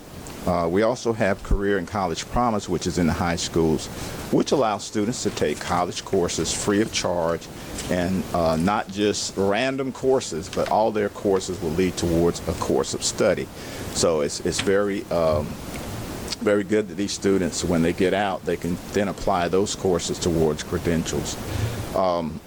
We also are changing our model a little bit, We certainly like that we have students and graduates who are getting 2-year degrees, but a lot of employers need some short-term workforce training. And so we have started that through our continuing education workforce development department, where we can give individual skills within 5 to 6 weeks that they can go out and get a good job, particularly in the construction industry. And we do things such as carpentry, welding, electrical, heating, and air conditioning. And this has been a help to our local construction industry as well as other employers. And I could probably go on for days just telling you all the great things that Pitt Community College does, but I'm sure you want to hear more about our budget request. But today I have with me Dr. Tom Gould, and also Ricky Brown, and also Rick Owens will also present our budget for us today. But thank you for giving us a chance to come here and talk with you a little bit more, and we'll be glad to answer questions afterwards, and certainly thank you again for allowing us to be here. Thank you. And I'll start with just a quick college overview. We still do rank number 6 in the state, have over 80 degree programs, 11,000 roughly in curriculum enrollment. Breakdown is 60-40. Early college high school ribbon cutting, we did do that earlier this year. We were able to get that building completed in time for the school year. So we were able to get the modular units off campus. That did open, as I said, August. We were fortunate that we were able to use, this came from overage, I won't say overage, it came from savings on the Walter and Marie Williams Science Building. There was roughly $17 million allocated for that. Bids came in favorable, so we were able to do this with partnership. Ethan mentioned the Pitt County school system kicked in about $800,000 of that, so we could build this building. 8 classrooms. It enables us to keep the freshmen in that building for the most part. They move out on campus for a couple of classes in the semester, but for the most part, all their classes are in that building. So they do get acclimated a little bit to the college without getting overwhelmed. The technical academy signing, Dr. Rouse mentioned that. We are doing accelerated degree programs. It's saving tuition costs for families. And as Commissioner Colson mentioned, when I was in high school at D.H. Conley, there were 4 different vocational programs. That's not as much in the schools anymore. So we are working with the school system to expand those offerings, and it benefits the entire workforce and the region. The health sciences renovation, another part of that, the bond referendum from several years back was to build the science building, then to go back into the Fulford building where health sciences is located. We do run, so we're 6th largest college, but we run the 3rd largest health sciences program in the state. Several folks have been over to see the simulation hospital that we were able to build. It is a 10-bed hospital unit, just like you would see. They have I don't want to call them dummies, they have mannequins there that are smarter than I am, is what I'm going to go with. And as Dean Neal has said, they have everything but the conscience. So our students are able to go in, and we actually have been able to expand the nursing program because we offer clinicals on campus with that 10-bed hospital. Same thing for our EMS program. We moved that back to main campus. It's now curriculum as part of the fire safety program. 3,000, I think, is the latest level. But that is a simulated ambulance. Again, we have one of the simulators right here that you can see, and they go in and they can make the individual code. They can put in whatever type of health condition this individual would have, and then practice in the ambulance going to the hospital to keep that individual going. College overview, we do have 9,200 roughly continuing education students. Breakdown is a little bit closer to equal there. Programs that are longer in term do include barbering, cosmetology. HRD, we do run a lot of the public safety training, fire, EMS, the recertifications that those folks require. And then we had 842 customized business and industry training students, which is where Hyster-Yale, DSM, those companies come to us and say, hey, our folks need this skill set. We're bringing in this piece of equipment. Can you help us ramp up? As Dr. Rouse mentioned, we did add the Williams building. It brought us up. We are up, so I thank you for that, to 67 square feet. That said, the average across the state is 126. So we are making some headway, but we need a little bit of help. As far as operational requests go for the budget this year,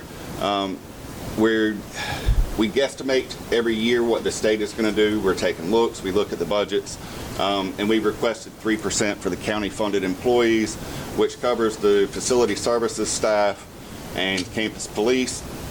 And then one of the issues that we do need to address is campus security. It's not getting any safer, so we're looking at an additional officer.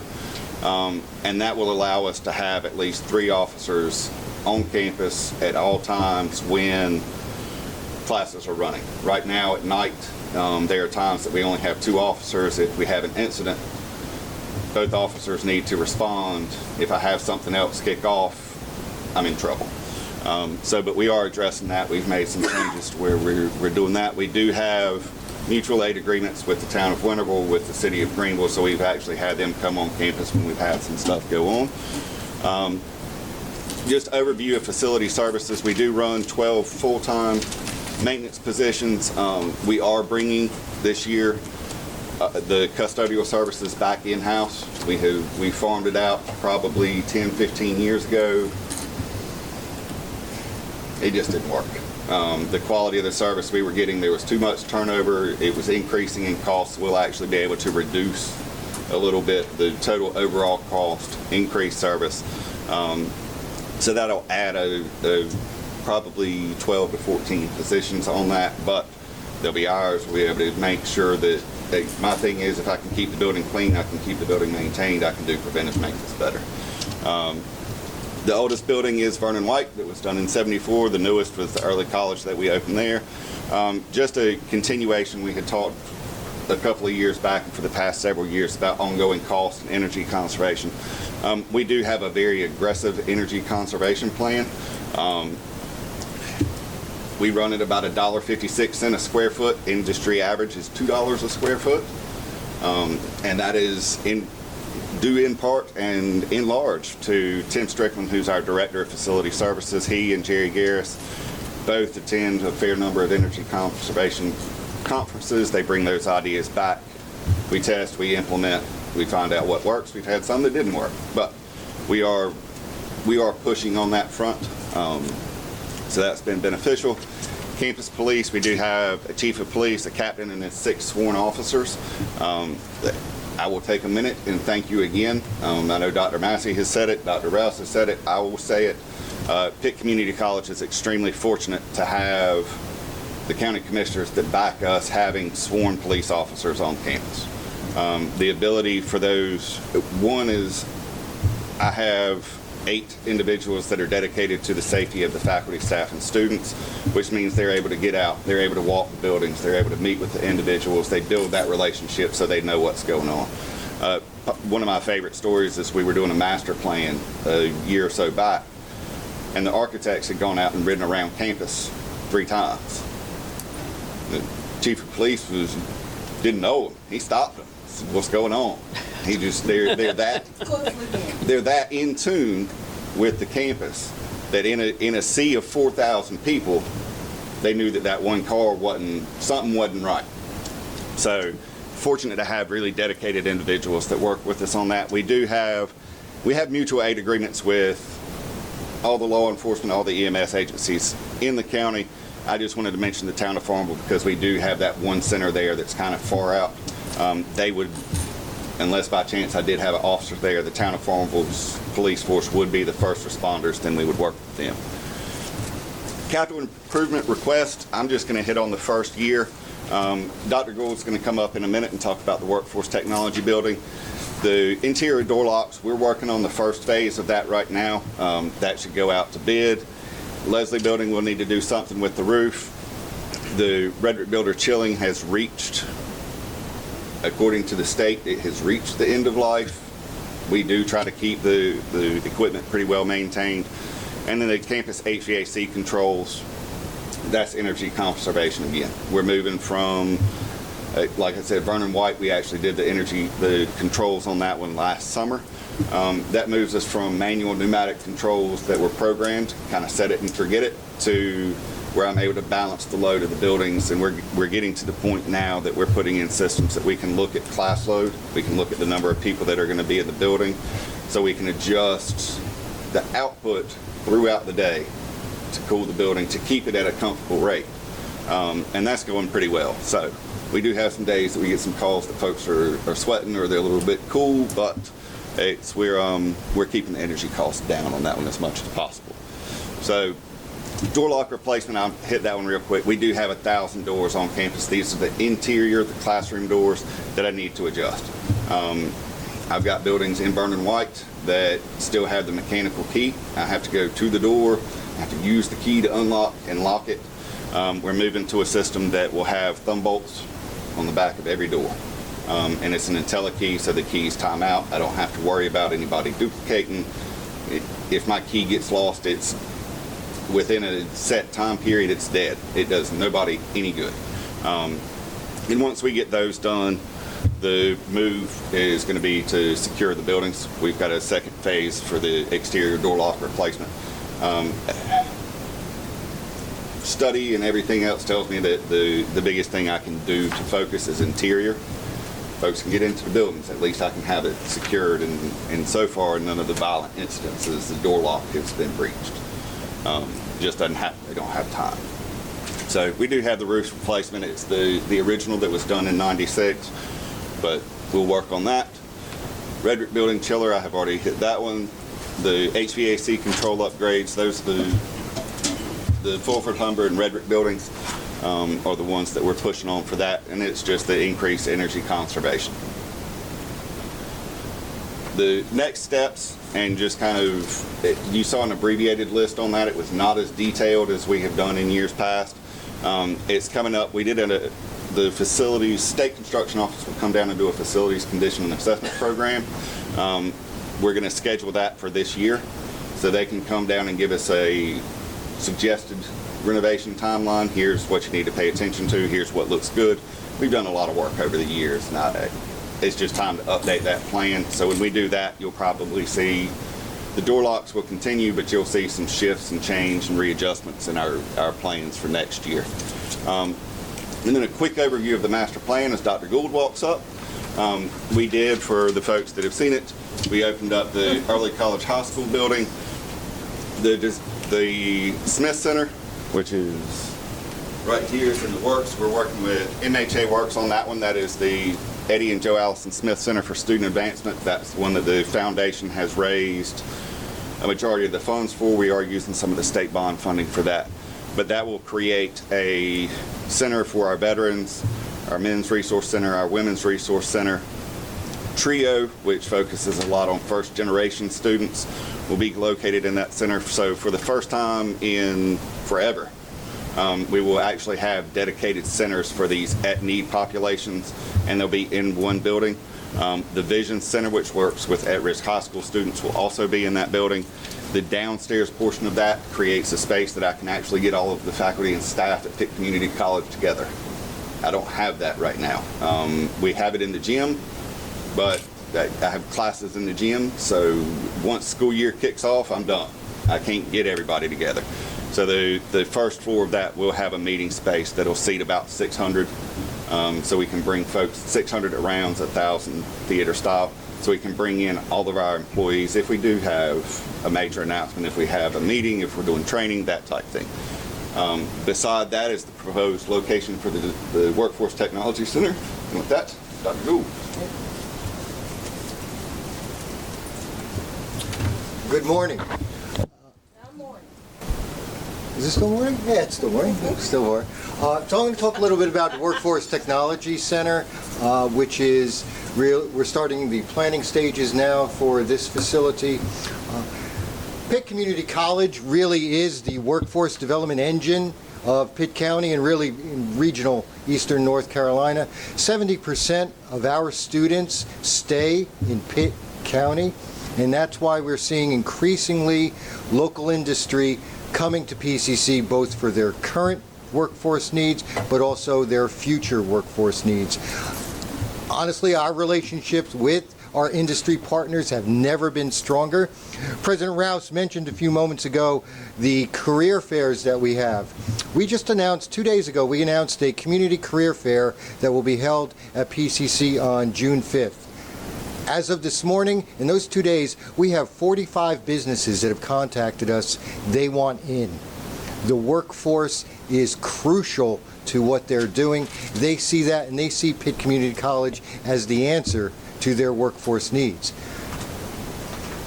The Workforce Technology Center will go a great distance in supplying that workforce in a number of key growth areas in Pitt County, including pharmaceutical services, advanced manufacturing, short-term training such as construction classes that Dr. Rouse mentioned, and also drones, cybersecurity, web technology training. So those areas, this will be a flex space that we can use to train existing and new workers. So the anticipated size, approximately 52,000 square feet at a cost of $15 million. Again, focusing on current and future workforce needs. Industry, the first thing they do when they look at an area and look to see if they want to either expand or relocate to an area is workforce. Workforce is one above all the others, that they have to have that workforce. We're committed at PCC to providing that workforce both now and in the future. So this would be, again, a flexible space with large areas that can be reconfigured over the years depending on immediate needs. We know that as industries advance, as automation and technology increase, we don't know what they're going to need in 5 years. We work as closely as possible to make sure we are aligning education and workforce needs, but we want to make sure we have the flex space to be able to do that and not build a building that's going to be obsolete in 5 years. So these are the growth areas: computer technologies, particularly cybersecurity, simulation game design, advanced manufacturing, which includes everything from welding, machining, industrial systems, HVAC, electrical, all those needs that really supply the infrastructure of all the companies in Pitt County. We have a great relationship with Thermo Fisher now and Maine Pharma with our oral solid dose training facility. They're now looking at sterols and packaging, want to expand that. Both companies looking to expand.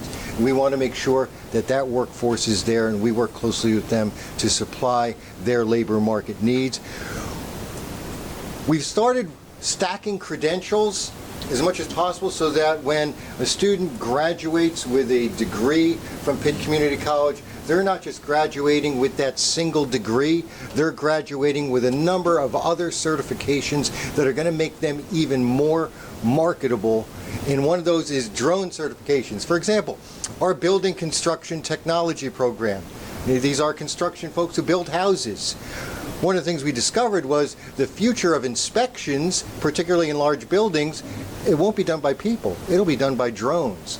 So if we can graduate somebody from building construction who also has a certification in drone flying, that makes them even more marketable out there in the workforce. Dr. Rouse mentioned our short-term training is really, it is just an amazing success. Right now we're running 4 to 6 week classes in framing, electrical, welding, HVAC. These individuals are getting hired before the course is over. We actually had T.A. Loving hire 7 of our students before they even graduated. They came to campus, they gave them a reception on campus. That's the desperation out there in the workforce. These companies are recognizing their current workforce needs, but also they're looking at their aging workforce, and they're looking at the pipeline, and they're not seeing the pipeline, and they're coming to PCC to work with us to develop that pipeline. As Superintendent Lenker mentioned, we have over 200 students in our welding program. If we had 800, I could not fill every need that I get. I get calls each and every week from companies. Do you have welders? Do you have fabricators? Do you have machinists? What have you got? We need folks. Again, these will be flex spaces so that we can adapt to those needs. Right? We're looking at a regional job growth projection over the next, up until 2024, of about 12%. That is going to increase the workforce demand, both locally and regionally. The majority of these jobs, 70 to 75% of these jobs, are going to now require some sort of post-secondary education and training. It may be a degree, it may be a short-term certificate, it may be incumbent worker training, but it's going to be, that need is going to increase as automation and technology starts eliminating those types of jobs that don't require that kind of technical training.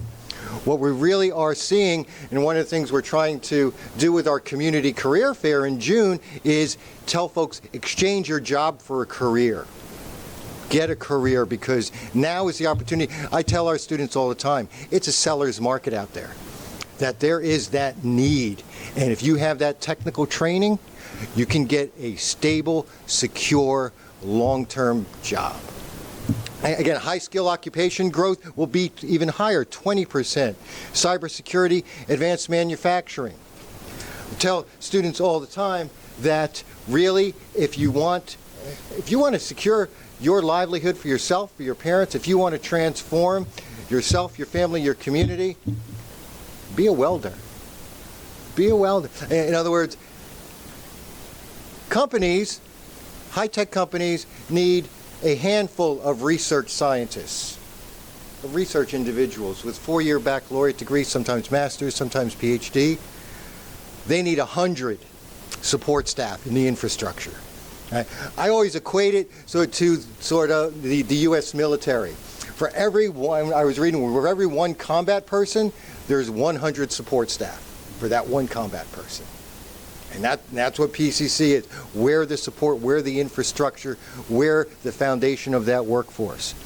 We are collaborating within disciplines, but also particularly inviting our business and industry partners to campus to participate in our program advisory committees, to talk to our students, to come into the classes, to tell them about those careers.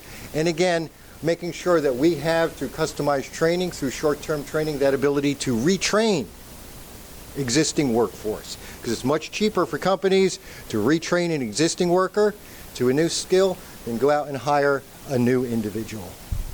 So the purpose of the workforce technology building, again, eliminate skills gaps.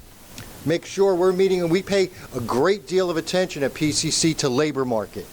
We do not want to educate and train individuals for jobs that either do not exist or are going to be obsolete in a limited amount of time. We want to make sure we're meeting those labor market demands in growth fields, combining that technical and also soft skills training. So in addition to the flex spaces, there'll be classroom spaces in this building that will supply those soft skills that employers really are searching for. Degree and short-term training options, certainly in the community college system, but in higher education overall, the lines are blurring between curriculum, continuing education, degree. I mean, it's a constant retraining, re-educating of individuals for new skill sets. Making sure that we are aligning education and industry, expanding those industry partnerships. We just got a North Carolina regional apprenticeship grant, working with companies to give students that real-time work experience, as well as one of the real benefits that companies have in North Carolina, our customized training, which is free for companies if they're looking to expand, if they're looking to increase, and attracting that new industry. Attracting new industry, making sure that workforce is there to grow existing industry. And as Superintendent Lenker mentioned, one of the things we're really trying to tackle with the Technical Academy and with our partnership with Pitt County Schools isn't so much, I mean, I tell folks all the time, yeah, we want to worry about the skills gap, but we better solve the interest gap first. We better make sure there is an awareness, both in the elementary schools, in the high schools, and in the charter schools, the home schools, that there is an awareness that 21st century advanced manufacturing is not your grandfather's advanced manufacturing. It's clean, it's stable, it's secure, it's high paying. And we just do not think that the community is really clearly aware of what these degrees are and what these careers could be, because there's so much opportunity right here for students. But we do need, as has been mentioned before, we are the most crowded community college in North Carolina, and actually we're the most crowded higher education institution in North Carolina by a long shot. We need this space to make sure we're supplying that workforce to our existing industries, but also new industries. And honestly, without workforce development, you are not going to have economic development. That is the equation. You have to have that workforce before you can even move forward to really grow a region. This region is prime for growth. Pitt County is prime for growth, but that workforce needs to be there. That partnership needs to be there to make sure that business and industry and education are aligned together. And I think, was that it? I think there's a question slide.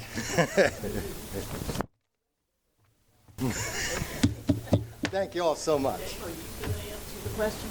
We will tag team. Oh, wait, tag team Whatever it. questions you may have, Okay. we will do our best. Okay, well, thank you very much for your presentation. I'm always kind of happy to hear that we're overcrowded. And you're doing a great job out there. We'll start with you, Lauren, and go around that way. And if we'll focus on this presentation, as far as the budget is concerned, that would be great. Right? I just want to commend you guys on all the hard work you're doing. The results speak for themselves. We were fortunate enough to go out and get a tour of the facilities here recently, and it really is impressive. Also, just another, I guess, accolade. My wife recently hired one of your graduates from the paralegal program, and she's doing a phenomenal job. So she's getting ready to start full-time from her graduation Wednesday. So you guys just keep it up.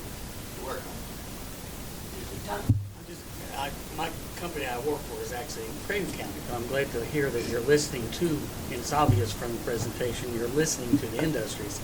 But to give you, for instance, 3-year experienced machinist in our company, we pay $1,000 a week. So that's not bad money for this area. And nothing else. Okay. I just want to thank you for what you're doing, and to say really kudos to your workforce technology, because in order for us to bring industry into Pitt County, we need to have those skilled workers, and we hear about that there is a lack of the skilled workers. So yes, thank you. Thanks for coming and presenting the budget. Excited about all the work you're doing, and I like Commissioner Fitzpatrick's comments on the tour. It was particularly, I guess, just it's rewarding to see, especially in the healthcare fields and the higher biopharma fields, that we have a community college that's directly partnering with the existing industries here, and then looking to grow with those industries. It shows that you all are plugged in and doing exactly what you need to be doing, and you're coming to us with what, and communicating clearly to us what you all need to meet those demands. So thank you. Ms. Perkins. Thank you. Thank you so much. Thank you, Dr. Good, Dr. Rouse, and all of that. I'm keen on economic development and security this year, whatever.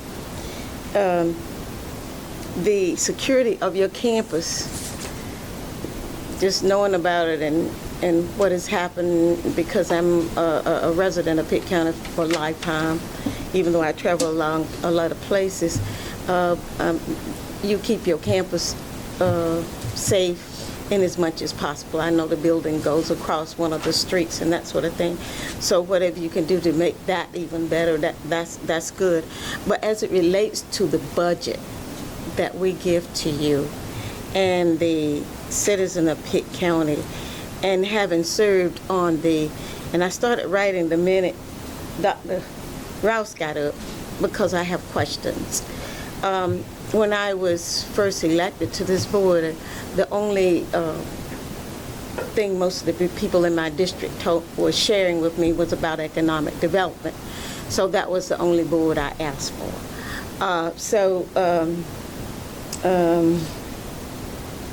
Janice had the luxury of escorting me in the federal things, so as I sought to find out where that failed as it relates to what comes down the pipeline, I learned that workforce development, or WIOA, was intertwined. So, and I found out that WIOA in this county was under Mid-East Commission afar. But when I was a member of the Mid-East Commission, I found out that the commission itself was told that it had nothing to do with WIOA. Workforce Investment Opportunity Act, it's a federal program that's administered in North Carolina via the Regional Council of Governments, i.e. the Mid-East Commission in our area. And there are throughout the state. So to find out where the money came from, because being naive, I have to connect dots. So I found out that the Department of Commerce awards, and if I'm saying something that's not right, because I'm connecting my dots, you know, the Department of Commerce awards the Mid-East Commission to monies for that. And as I was a chair and member of the board, and I was never told that amount, so I went to the Department of Commerce and got that report. I think I found out in a meeting that I attended, Dr. Gould represented us on that. And what I'm trying to say is, in another meeting just before I left the Mid-East Commission, I found out when I asked for a certain report and never got it, I found out that we, from the NC Department of Commerce, we get almost $2 million for that. For one program alone, and it manages 3, which adds up to be quite a sum of money. So I was curious to know how the money was spent for citizens of Pitt County. Now, I know that the region has Beaufort, Bertie, Hertford, Martin, and Pitt counties as a cog. So I wanted to know how the money was spent as relate. Now, I don't mind helping other counties that may not be as resourceful as we are. And I'm going to get to my question, because my question is for Dr. Gould. Can I ask you, if you do not mind, Commissioner Williams, if we could, this for budget, for regular meeting, but not for budget time, is so, that, and whether, and I'm sure they'll be glad to meet with you individually, and maybe we could bring back what you find out and what you would like to share. Well, I didn't find out anything because I didn't get a report. And what I want to know is, how do you use the money that we send to it? Okay. I can answer that one quick. We no longer have it. Right. It was put out to bid, a private company won it, and we don't touch it. So the money, The funding stream through the WIOA that comes to the Mid-East Commission. Yes, PCC used to receive an allocation of that for workforce. We had 2 different. We had the workforce investment individuals, then we had the youth at work program. Both of those go up to bid every 3 years, I believe it is. We put in a bid. It was awarded. Both pieces were awarded to a private company. Last year was the first year that the Mid-East Commission, through the Workforce Development Board, which is kind of an arm of the Mid-East Commission, chose to privatize the administration of these funds rather than, i.e., contract with Pitt Community College in our case. So is any of the money that we give to Pitt is used for that? They're not getting it. For WIOA, no. No. What money do we give to you that So this roughly $6 million, I'll call it, that we receive, we use for operations. From the county. From the county. from the county, right? From the county budget, the allocation that the county commissioners give us. That goes to keep the lights on. My light bill, as it showed in there, is roughly $1.1 million a year. I do another $1 million a year in equipment replacement, the HVAC equipment type replacement, renovations, preventive maintenance. So our Locks, main keys. responsibilities to them is capital, building buildings, debt service, maintenance, like you mentioned, utilities, and then security. And it's very similar to Pitt County Schools. Workforce development activities, other than what they as an institution are focusing on, are not directly attributable to the $6 million allocation that the county makes. That's the part right there that I was trying to find out. Yeah. Okay. Did that get you? I just want to know when the time, when something come up, where whatever is, because when I talk, I want to be able to be truthful about it and understand what I'm talking about. Okay. Thank you very much. Commissioner McGlaughlin. Fine presentation. I particularly like the aspect of working with East Carolina University and the Pitt County School. That is a formidable relationship. One question I want to ask about soft skills training. I think Dr. Gould mentioned that about soft skills training. What are soft skills training? Well, that might be skills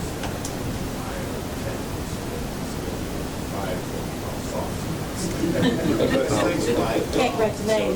being able to work with each other, coming to work on time, being a good team member, knowing that you can't just take off and go to the beach every Friday. You're supposed to be at work.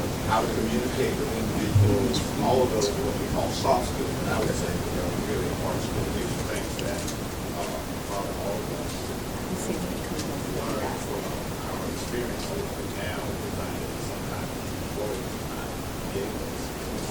Now we're in the office. And there's courses that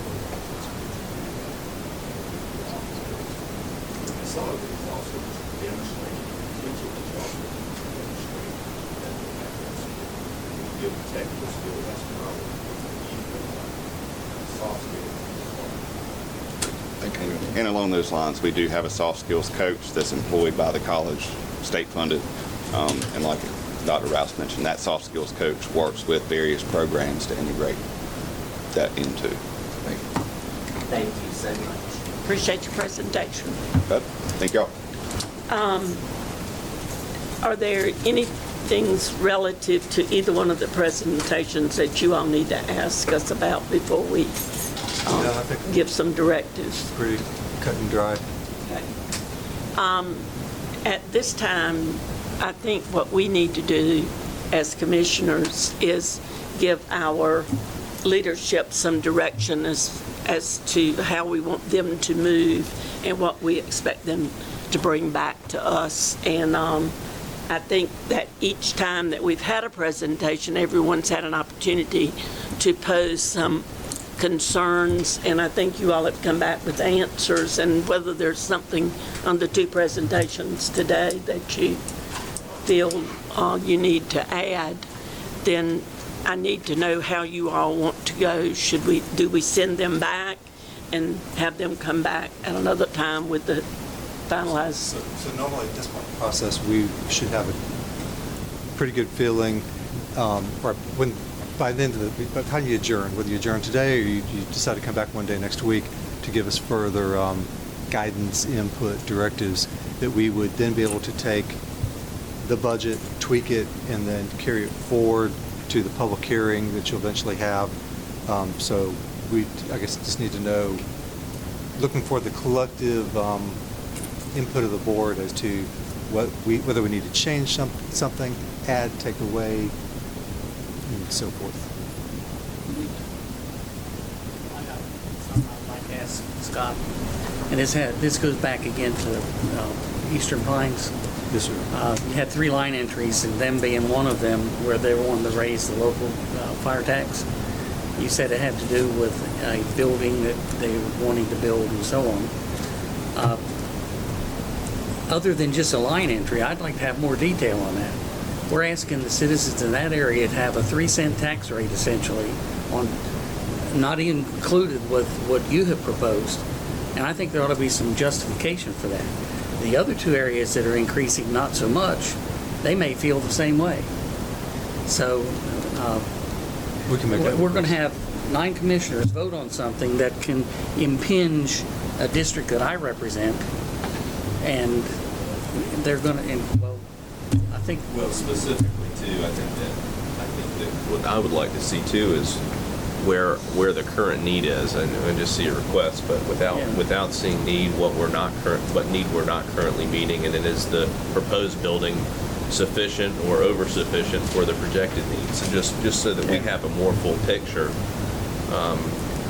about that. In this case, we could ask them to come before you on the 20th at your regular meeting. I think that would be good, because I don't want to wait till, just before the budget meeting in June. I think that's a great idea. We may want to, do we want to look at all of the ones Well, I think that are they ought to increasing? also come, even though it's less.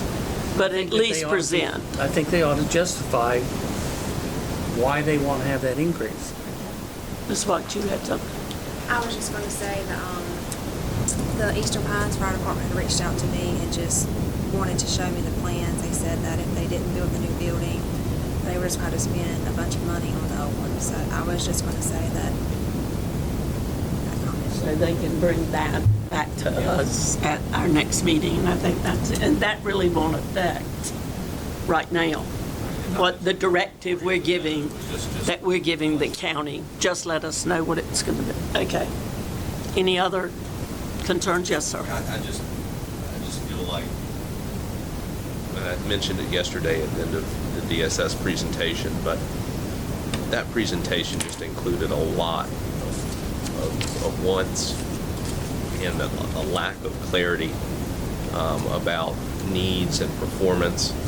And what I would like to see, again, is maybe a personnel breakdown about, who's there, what their responsibilities are, and what we're paying them currently. I understand that I think a lot of times we're in a situation where we're just providing part of that funding. What I don't want to see is that because we're not putting the full bill, that we're kind of a hands-off on it.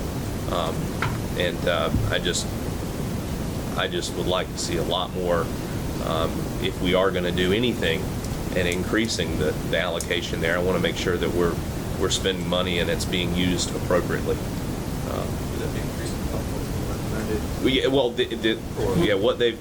What's been recommended, even the recommended by you, Scott, I think. They're asking for 24 new positions. You may not give them all, or we may not give them all. But how many? We've already allowed them, I think, in the last 2 years to hire 60-some additional. When does this stop? And there are 24 vacancies, I think, also, that we, right now. So we're kind of asking for a report back maybe at our next meeting. There's not 24, because I asked that specific question. If you remember, I asked how many people weren't, and she said 12. Okay, I'm sorry. I don't know where I got 24 from. 267 or whatever. Okay. She said at any given time, it's usually between 12 and 20. Okay. Right, but it's 12 now. That may be where I heard them. So this is just kind of like a report back to us. Okay. A real report. Yes. Not a how hard it is, but perform. How are we doing? Not oh, let's pat ourselves on the back, but where are we failing? What as a department, where do we need to be doing better, and how are these requests going to attack those deficiencies? Not just we're going to spend more money and fix the problem magically. Well, Edward Stemming, a quality professional, argued years ago that you can't take a person in a job and retrain them to something better in that job. It's actually easier to take them out of that job, move them to a new job, and train them from the beginning because they don't have built-in prejudices. And what I've seen with NC Fast is I have no doubt what they're saying is that that's probably a very cumbersome program.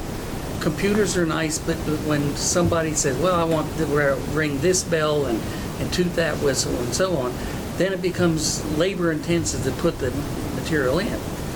But there was a lot of upfront objections to it. They fought it. The past administrator director is no longer there because he ignored it essentially for 3 years that he knew about it coming and did nothing.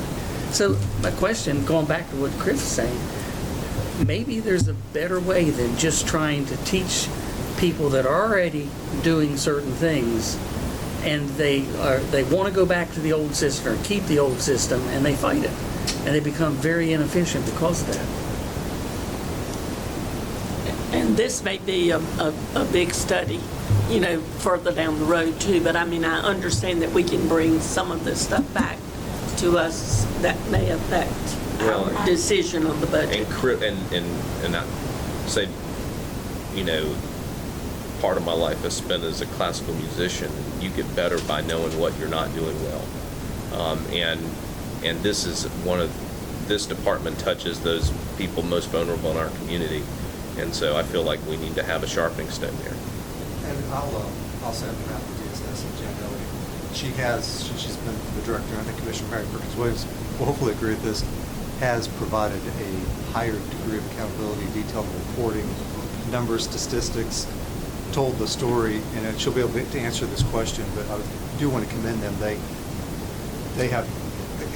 I do want to agree with what you said, and but Scott, this body needs to know what the state has demanded through the change of the legislation, and that's what they are confronted with. They don't have any choice, because if you don't do it, we're going to have to pay. Is that correct? Or will be taken over by the state. Or they'll take over and tell you how you need to pay for the indigent over there. So I just want you to know it's gonna cost us. But we'll still be paying, you're right. It's gonna cost us one way or the other. And if you want somebody from the mountain tell you that this is not necessary in the east, or this is necessary in the east, because they need logs in their truck to hold it down when they go up the mountain, then you're gonna have problems. It's gonna be contrary to the family culture. So everything is driving Jan We'll work with her to bring is legislation, and the state don't fund it. Is there another area that someone would like to hear more on? Madam Chair, you know, I was talking about the tax rate of being 3.3%, and after listening to all of the presentation, you know, there may be some justification to where we have to do something in terms of waging. But I would like Scott to come back with a justification plan in terms of what other counties around in the area are proposing as far as tax rates is concerned. And then we look at the sheriff department, the body cameras that are desperately needed, the school system, the social services, as someone mentioned earlier. There are some tremendous needs there, and I think that we just need to let the public and the community see what those justifications are, what those needs are. And I think that once they understand that, we may get more of a buy-in. Commissioner McBalhorn, I know I'm the newest one here, but I'm having a hard time in good faith supporting a 3-cent tax increase on the already overburdened taxpayers. I am open to funding critical needs, but if at our next commissioners meeting, if you could bring back what the projected increase in revenue for the county would be if the ad valorem rate stays the same.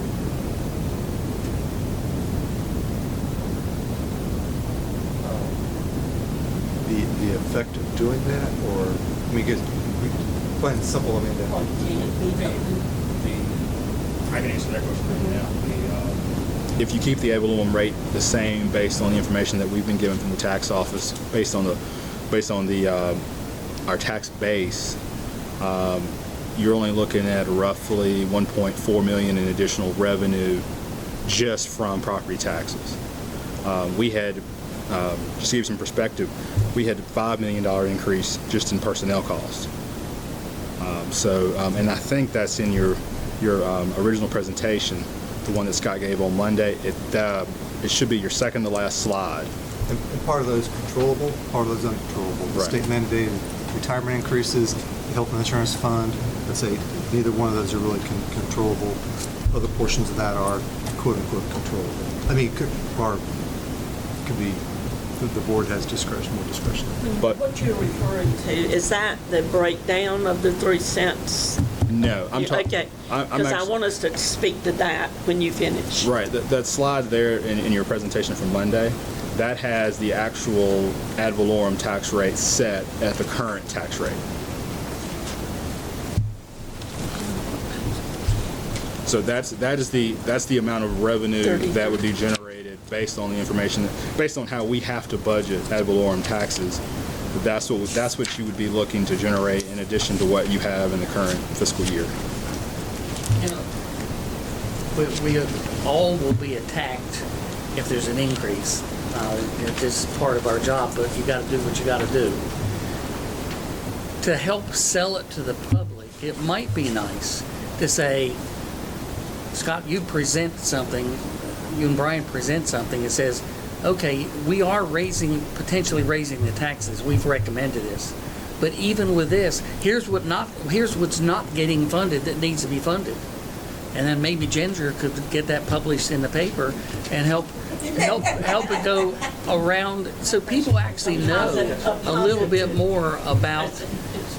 Because you do a very back of the envelope calculation to say, okay, with 1,000 positions, if the board were to say no increase in tax of the 3-cent rate, I think we said it would take over 45 positions. No, if we decided not to do a tax rate and it's just positions that are funded through the general fund, because we have other positions that have other sources of funding, low estimate would be 60. And if you did those split positions that receive other funding, that number would obviously increase. But those are positions.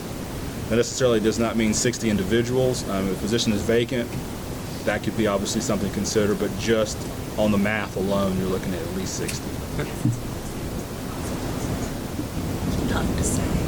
Well, there's something else too, is everything was based with increases for existing employees.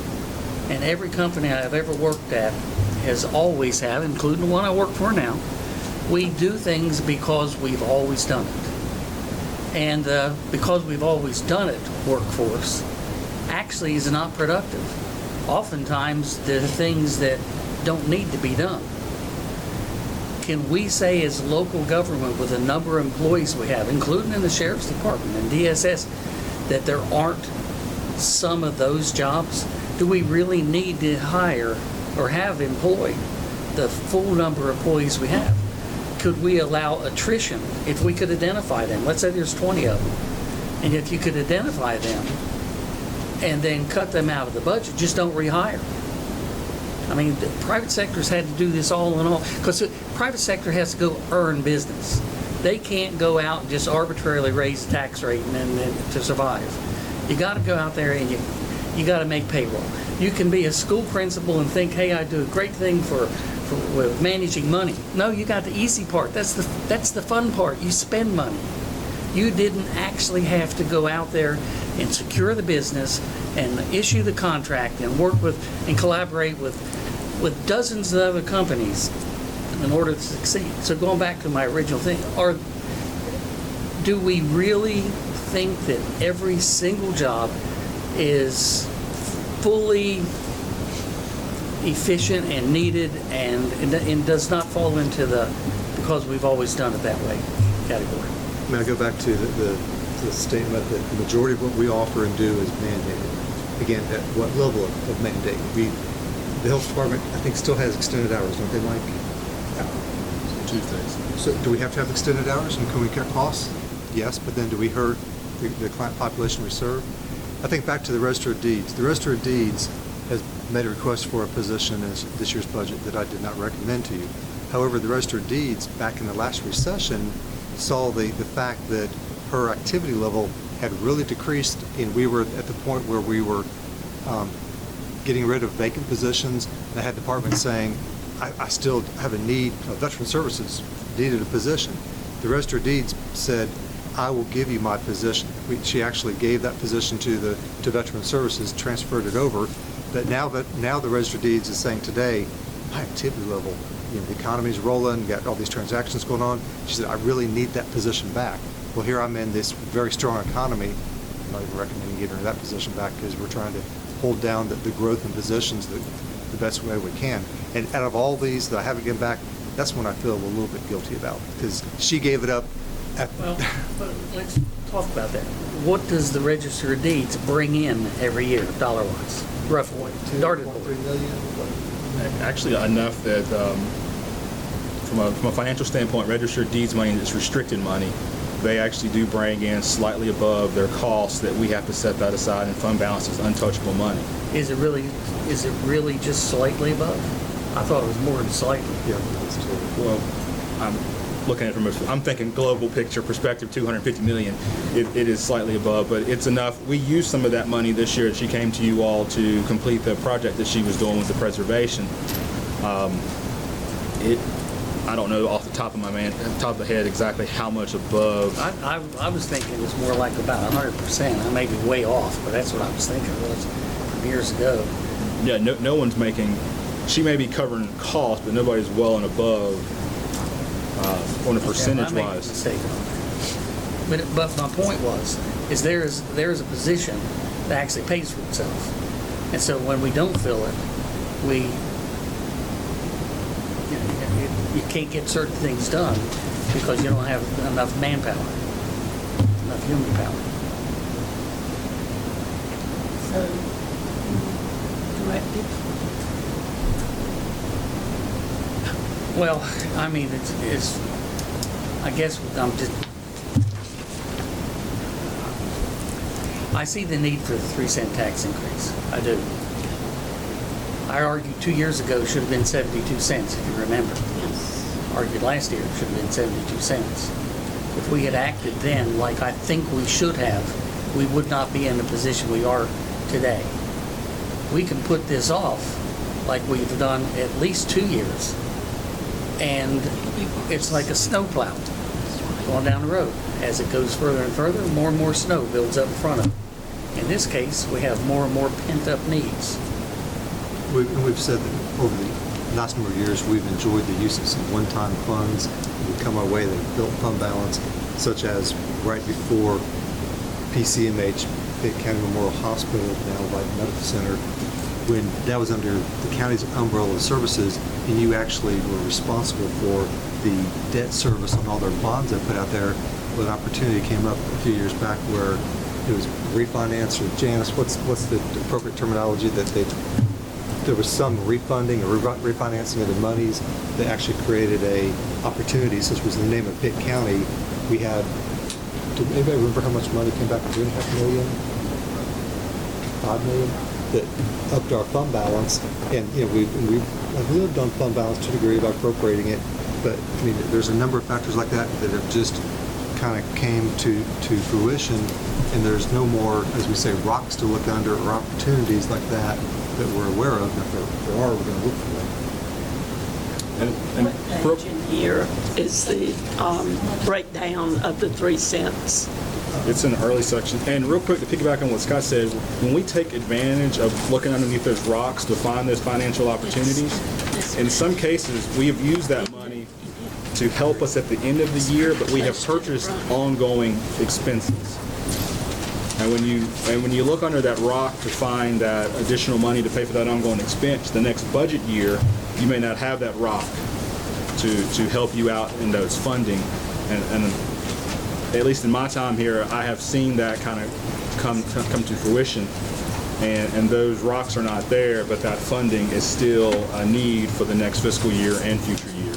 When I first came to Pitt County in 2002, the county had received the $30 million hospital transfer through the transfer agreement, and the board was upping the allocations to the Pitt County school system via the education compact at like $1.8 million, $1.9 million. And these increases were on top of each other, and the philosophy then was we had all this money in fund balance.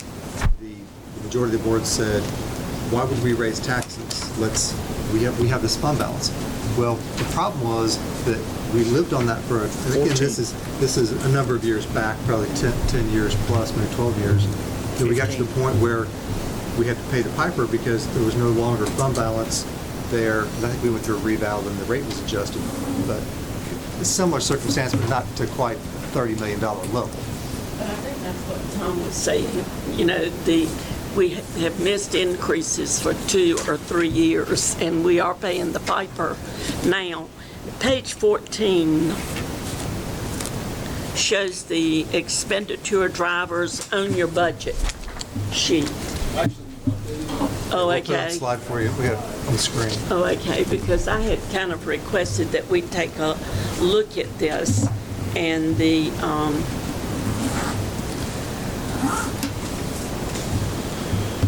One thing we updated was the radio and paging number is not quite as high as I said because a good portion of those dollars are already in this year's budget, so we backed that down. So actually, we've updated this with the radio and paging number being $104,000 increase. So if you look at our large expenditure drivers, and you get to the end here, the $3.9 million, and then you look at that slide that I have at the very end of the presentation that shows the difference in the increase from our expenditures to revenues, and the difference being $3.8 million. They're not exactly the same, but they kind of correlate. So in your binder, the 3.8 at the bottom of the slide, 3.9 here of our major increase. oh, I They kind of see go it. hand in hand. This difference. Yes. And this one. On page 33 and 14 in our packet.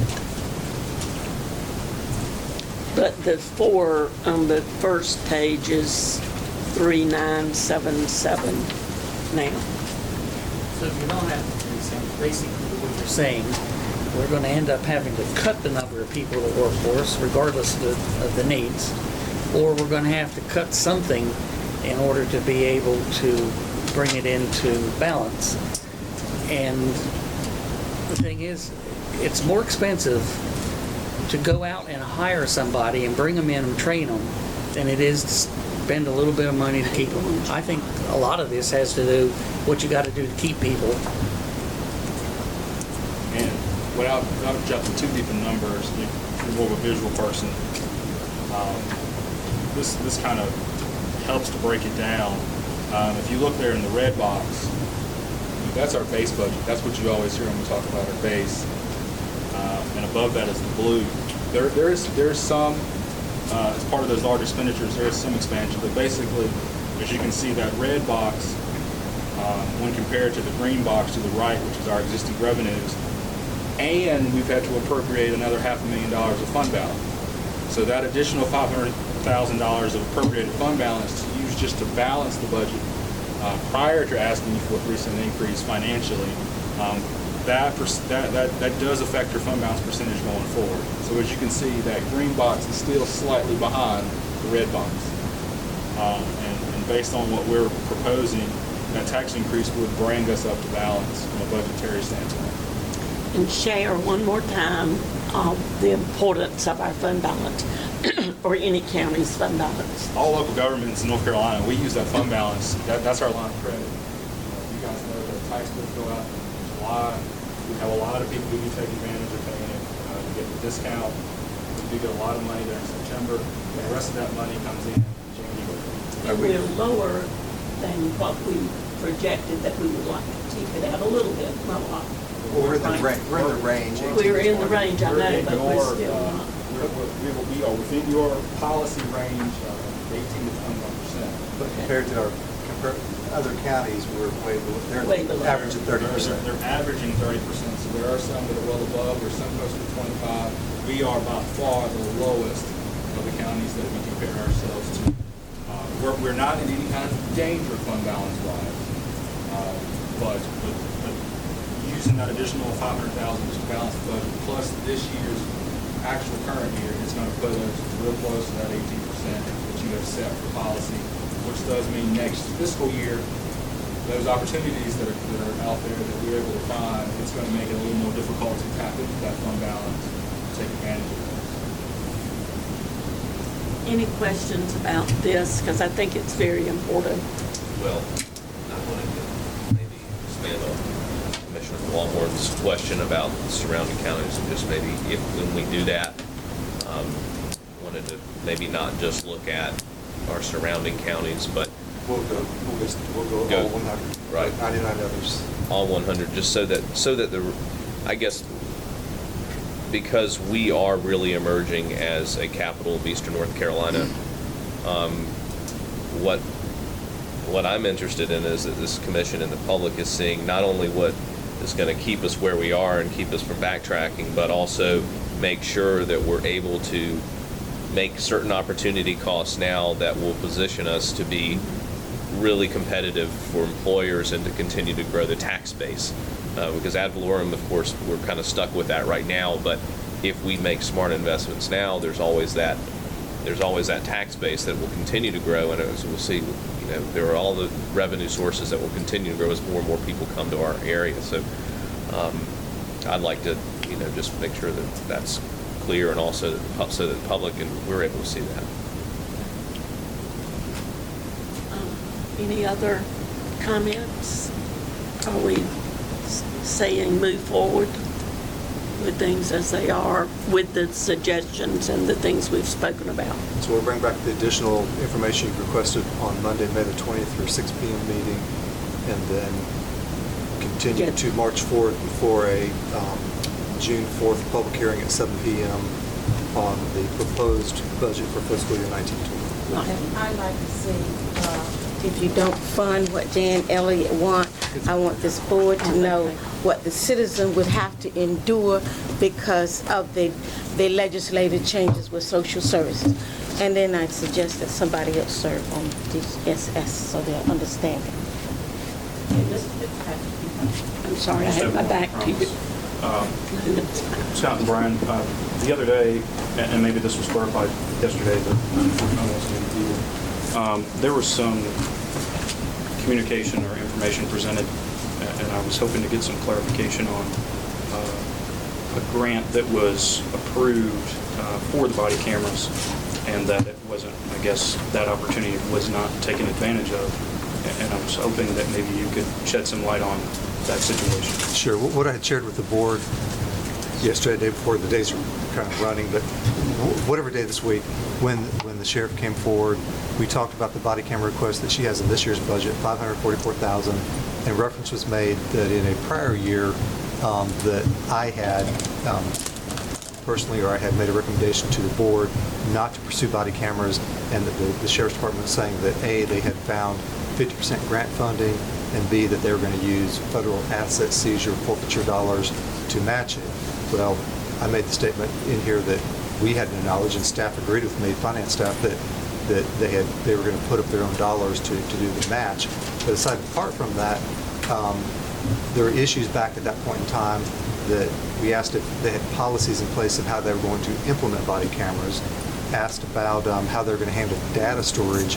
At that point in time, the data storage would have been located in-house per se on servers, whether the MIS would have adequate server storage, or whether they had cost, it included cost for servers within the sheriff's office, and that had not been addressed. So due to the fact that there was not sufficient general fund dollars to match the grant dollars they said they had identified at that time, no policies, and then no accounting for the server costs, yeah, I recommend not to do it at that point in time. Today's a new day.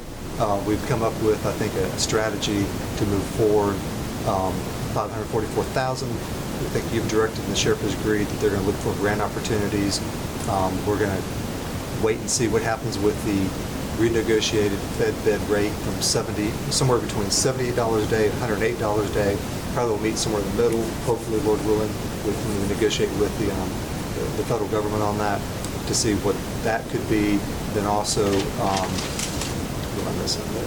we said 544,272 would be the 50% we have to come up with.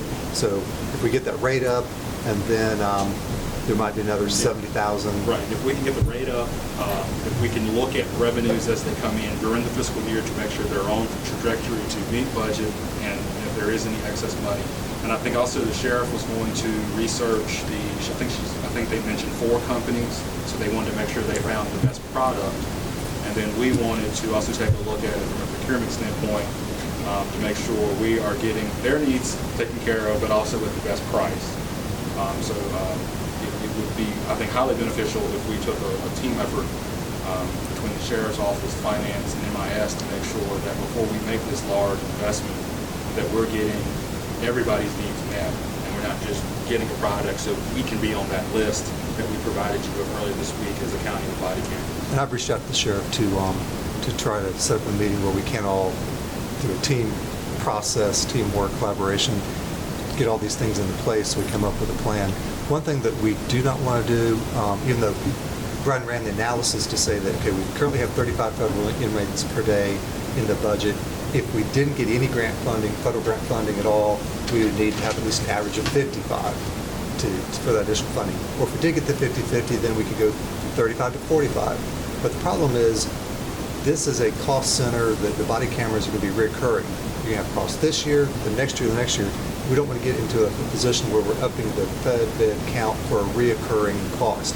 Now, if the sheriff can bring in excess fed bed revenue, I'll support all the way her being able to use that, i.e. for the third phase of the HVAC needs at the detention center. It's a one-time cost that will not then boomerang into the next fiscal year and so on and so forth. So make that recommendation as well. Could you explain then what this, are they buying the body cameras or are they leasing them?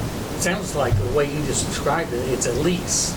And that every year you're going to have 544,000. Is that, did I hear that wrong? Or? I understood they're buying them, but you have to replace them after so many years. Mike, do you have any light insight? I wasn't involved in that, but it is partial lease and we're paying for that house. So okay, but the body camera itself, that was the big 544 right there. The camera. Okay, so I'm getting real technical here, but the reason why we moved the body cameras off of the capital improvement plan was because the cameras themselves do not meet our capital threshold of $100,000. So that's why they were part of the regular budget and not part of your capital improvement plan. The cameras themselves, I want to say, are roughly $90,000, and the rest of the funding of the $544,000 includes the data storage. It includes the ability over a 3-year period to break a camera. They can replace it. It also includes the ability, if they had deputies, he would be covered over that 3 years, and then 3 years later we would be looking at negotiating, or we could possibly look at switching. Well, I would look real close at the insurance part of that, because on a cell phone, if you're paying for insurance, you're wasting money. Sure is. It might be the same with body cameras. And I think that the sheriff did make the comment that we removed it from the CIP and that we said it would be funded in the budget. No, we told her we're taking it out of the CIP because actual camera equipment, like was mentioned, fell less than the $100,000 threshold. We said go ahead and put the whole project in the budget as your request, and then based upon available revenues, if there are revenues, then would be a recommendation to fund it. So that was kind of what So then essentially, because the cloud storage being the bigger part of the 544, that's what you're arguing, that it's going to be recurring costs? Yes. Okay, I got you. I follow it better now. I'm glad you asked that question. And I want to take the opportunity to make sure we're getting the best cloud storage for our... It's cost effective, yeah. And talking to some of the other counties, there are some opportunities out there, and I want to make sure we look under all those rocks before we decide which direction we're going to go. And I think there are other counties, and this is not going to be a popular statement, I imagine, but it seems like to me that the active deputies who are out in the public are the ones who should have the cameras, not just everybody that is, in the number that is employed is assigned a body camera. Does that make any sense? So I think that needs to be part of the, when you're talking about the number of cameras. So. She addressed that, last meeting. She said that there are officers now. If they are officers, they may be asked to go out in the community. So you would have to have them with body cameras. Well, I'm not saying that they couldn't have a body camera to go out. You know what I mean? Right. I mean, You talk about the ones who are actually going out are the ones who need the body cameras. Right. Not every person that is employed. Right. Excuse me. Yes, or any, anything else? Thank you. No, go ahead. I also think that it just may be helpful for the public, certainly everybody as taxpayers, to see maybe a breakdown of what that increase potentially would do on maybe different thresholds. And that may be in there. There's Down the road. We have a chart. It's in your binder, and Okay. I've given Ginger a copy of it. It does break down. We do 75, 100,000, 150, and 200,000. We show that impact will be per household. And at the current proposal of 3 cents for every 100,000, it's $2.50 a month on the value of the property. Yeah. $2 a month? $250. Thanks, Mark. Okay. Anyone else? Okay, we will direct you to move forward and look forward to hearing what you bring back at our next meeting. Thank you, Commissioners, so much. We've been very diligent, and y'all have been hardworking this week. Thank you. I consider us adjourned, and I'll say it myself. Raise your hand as you stand.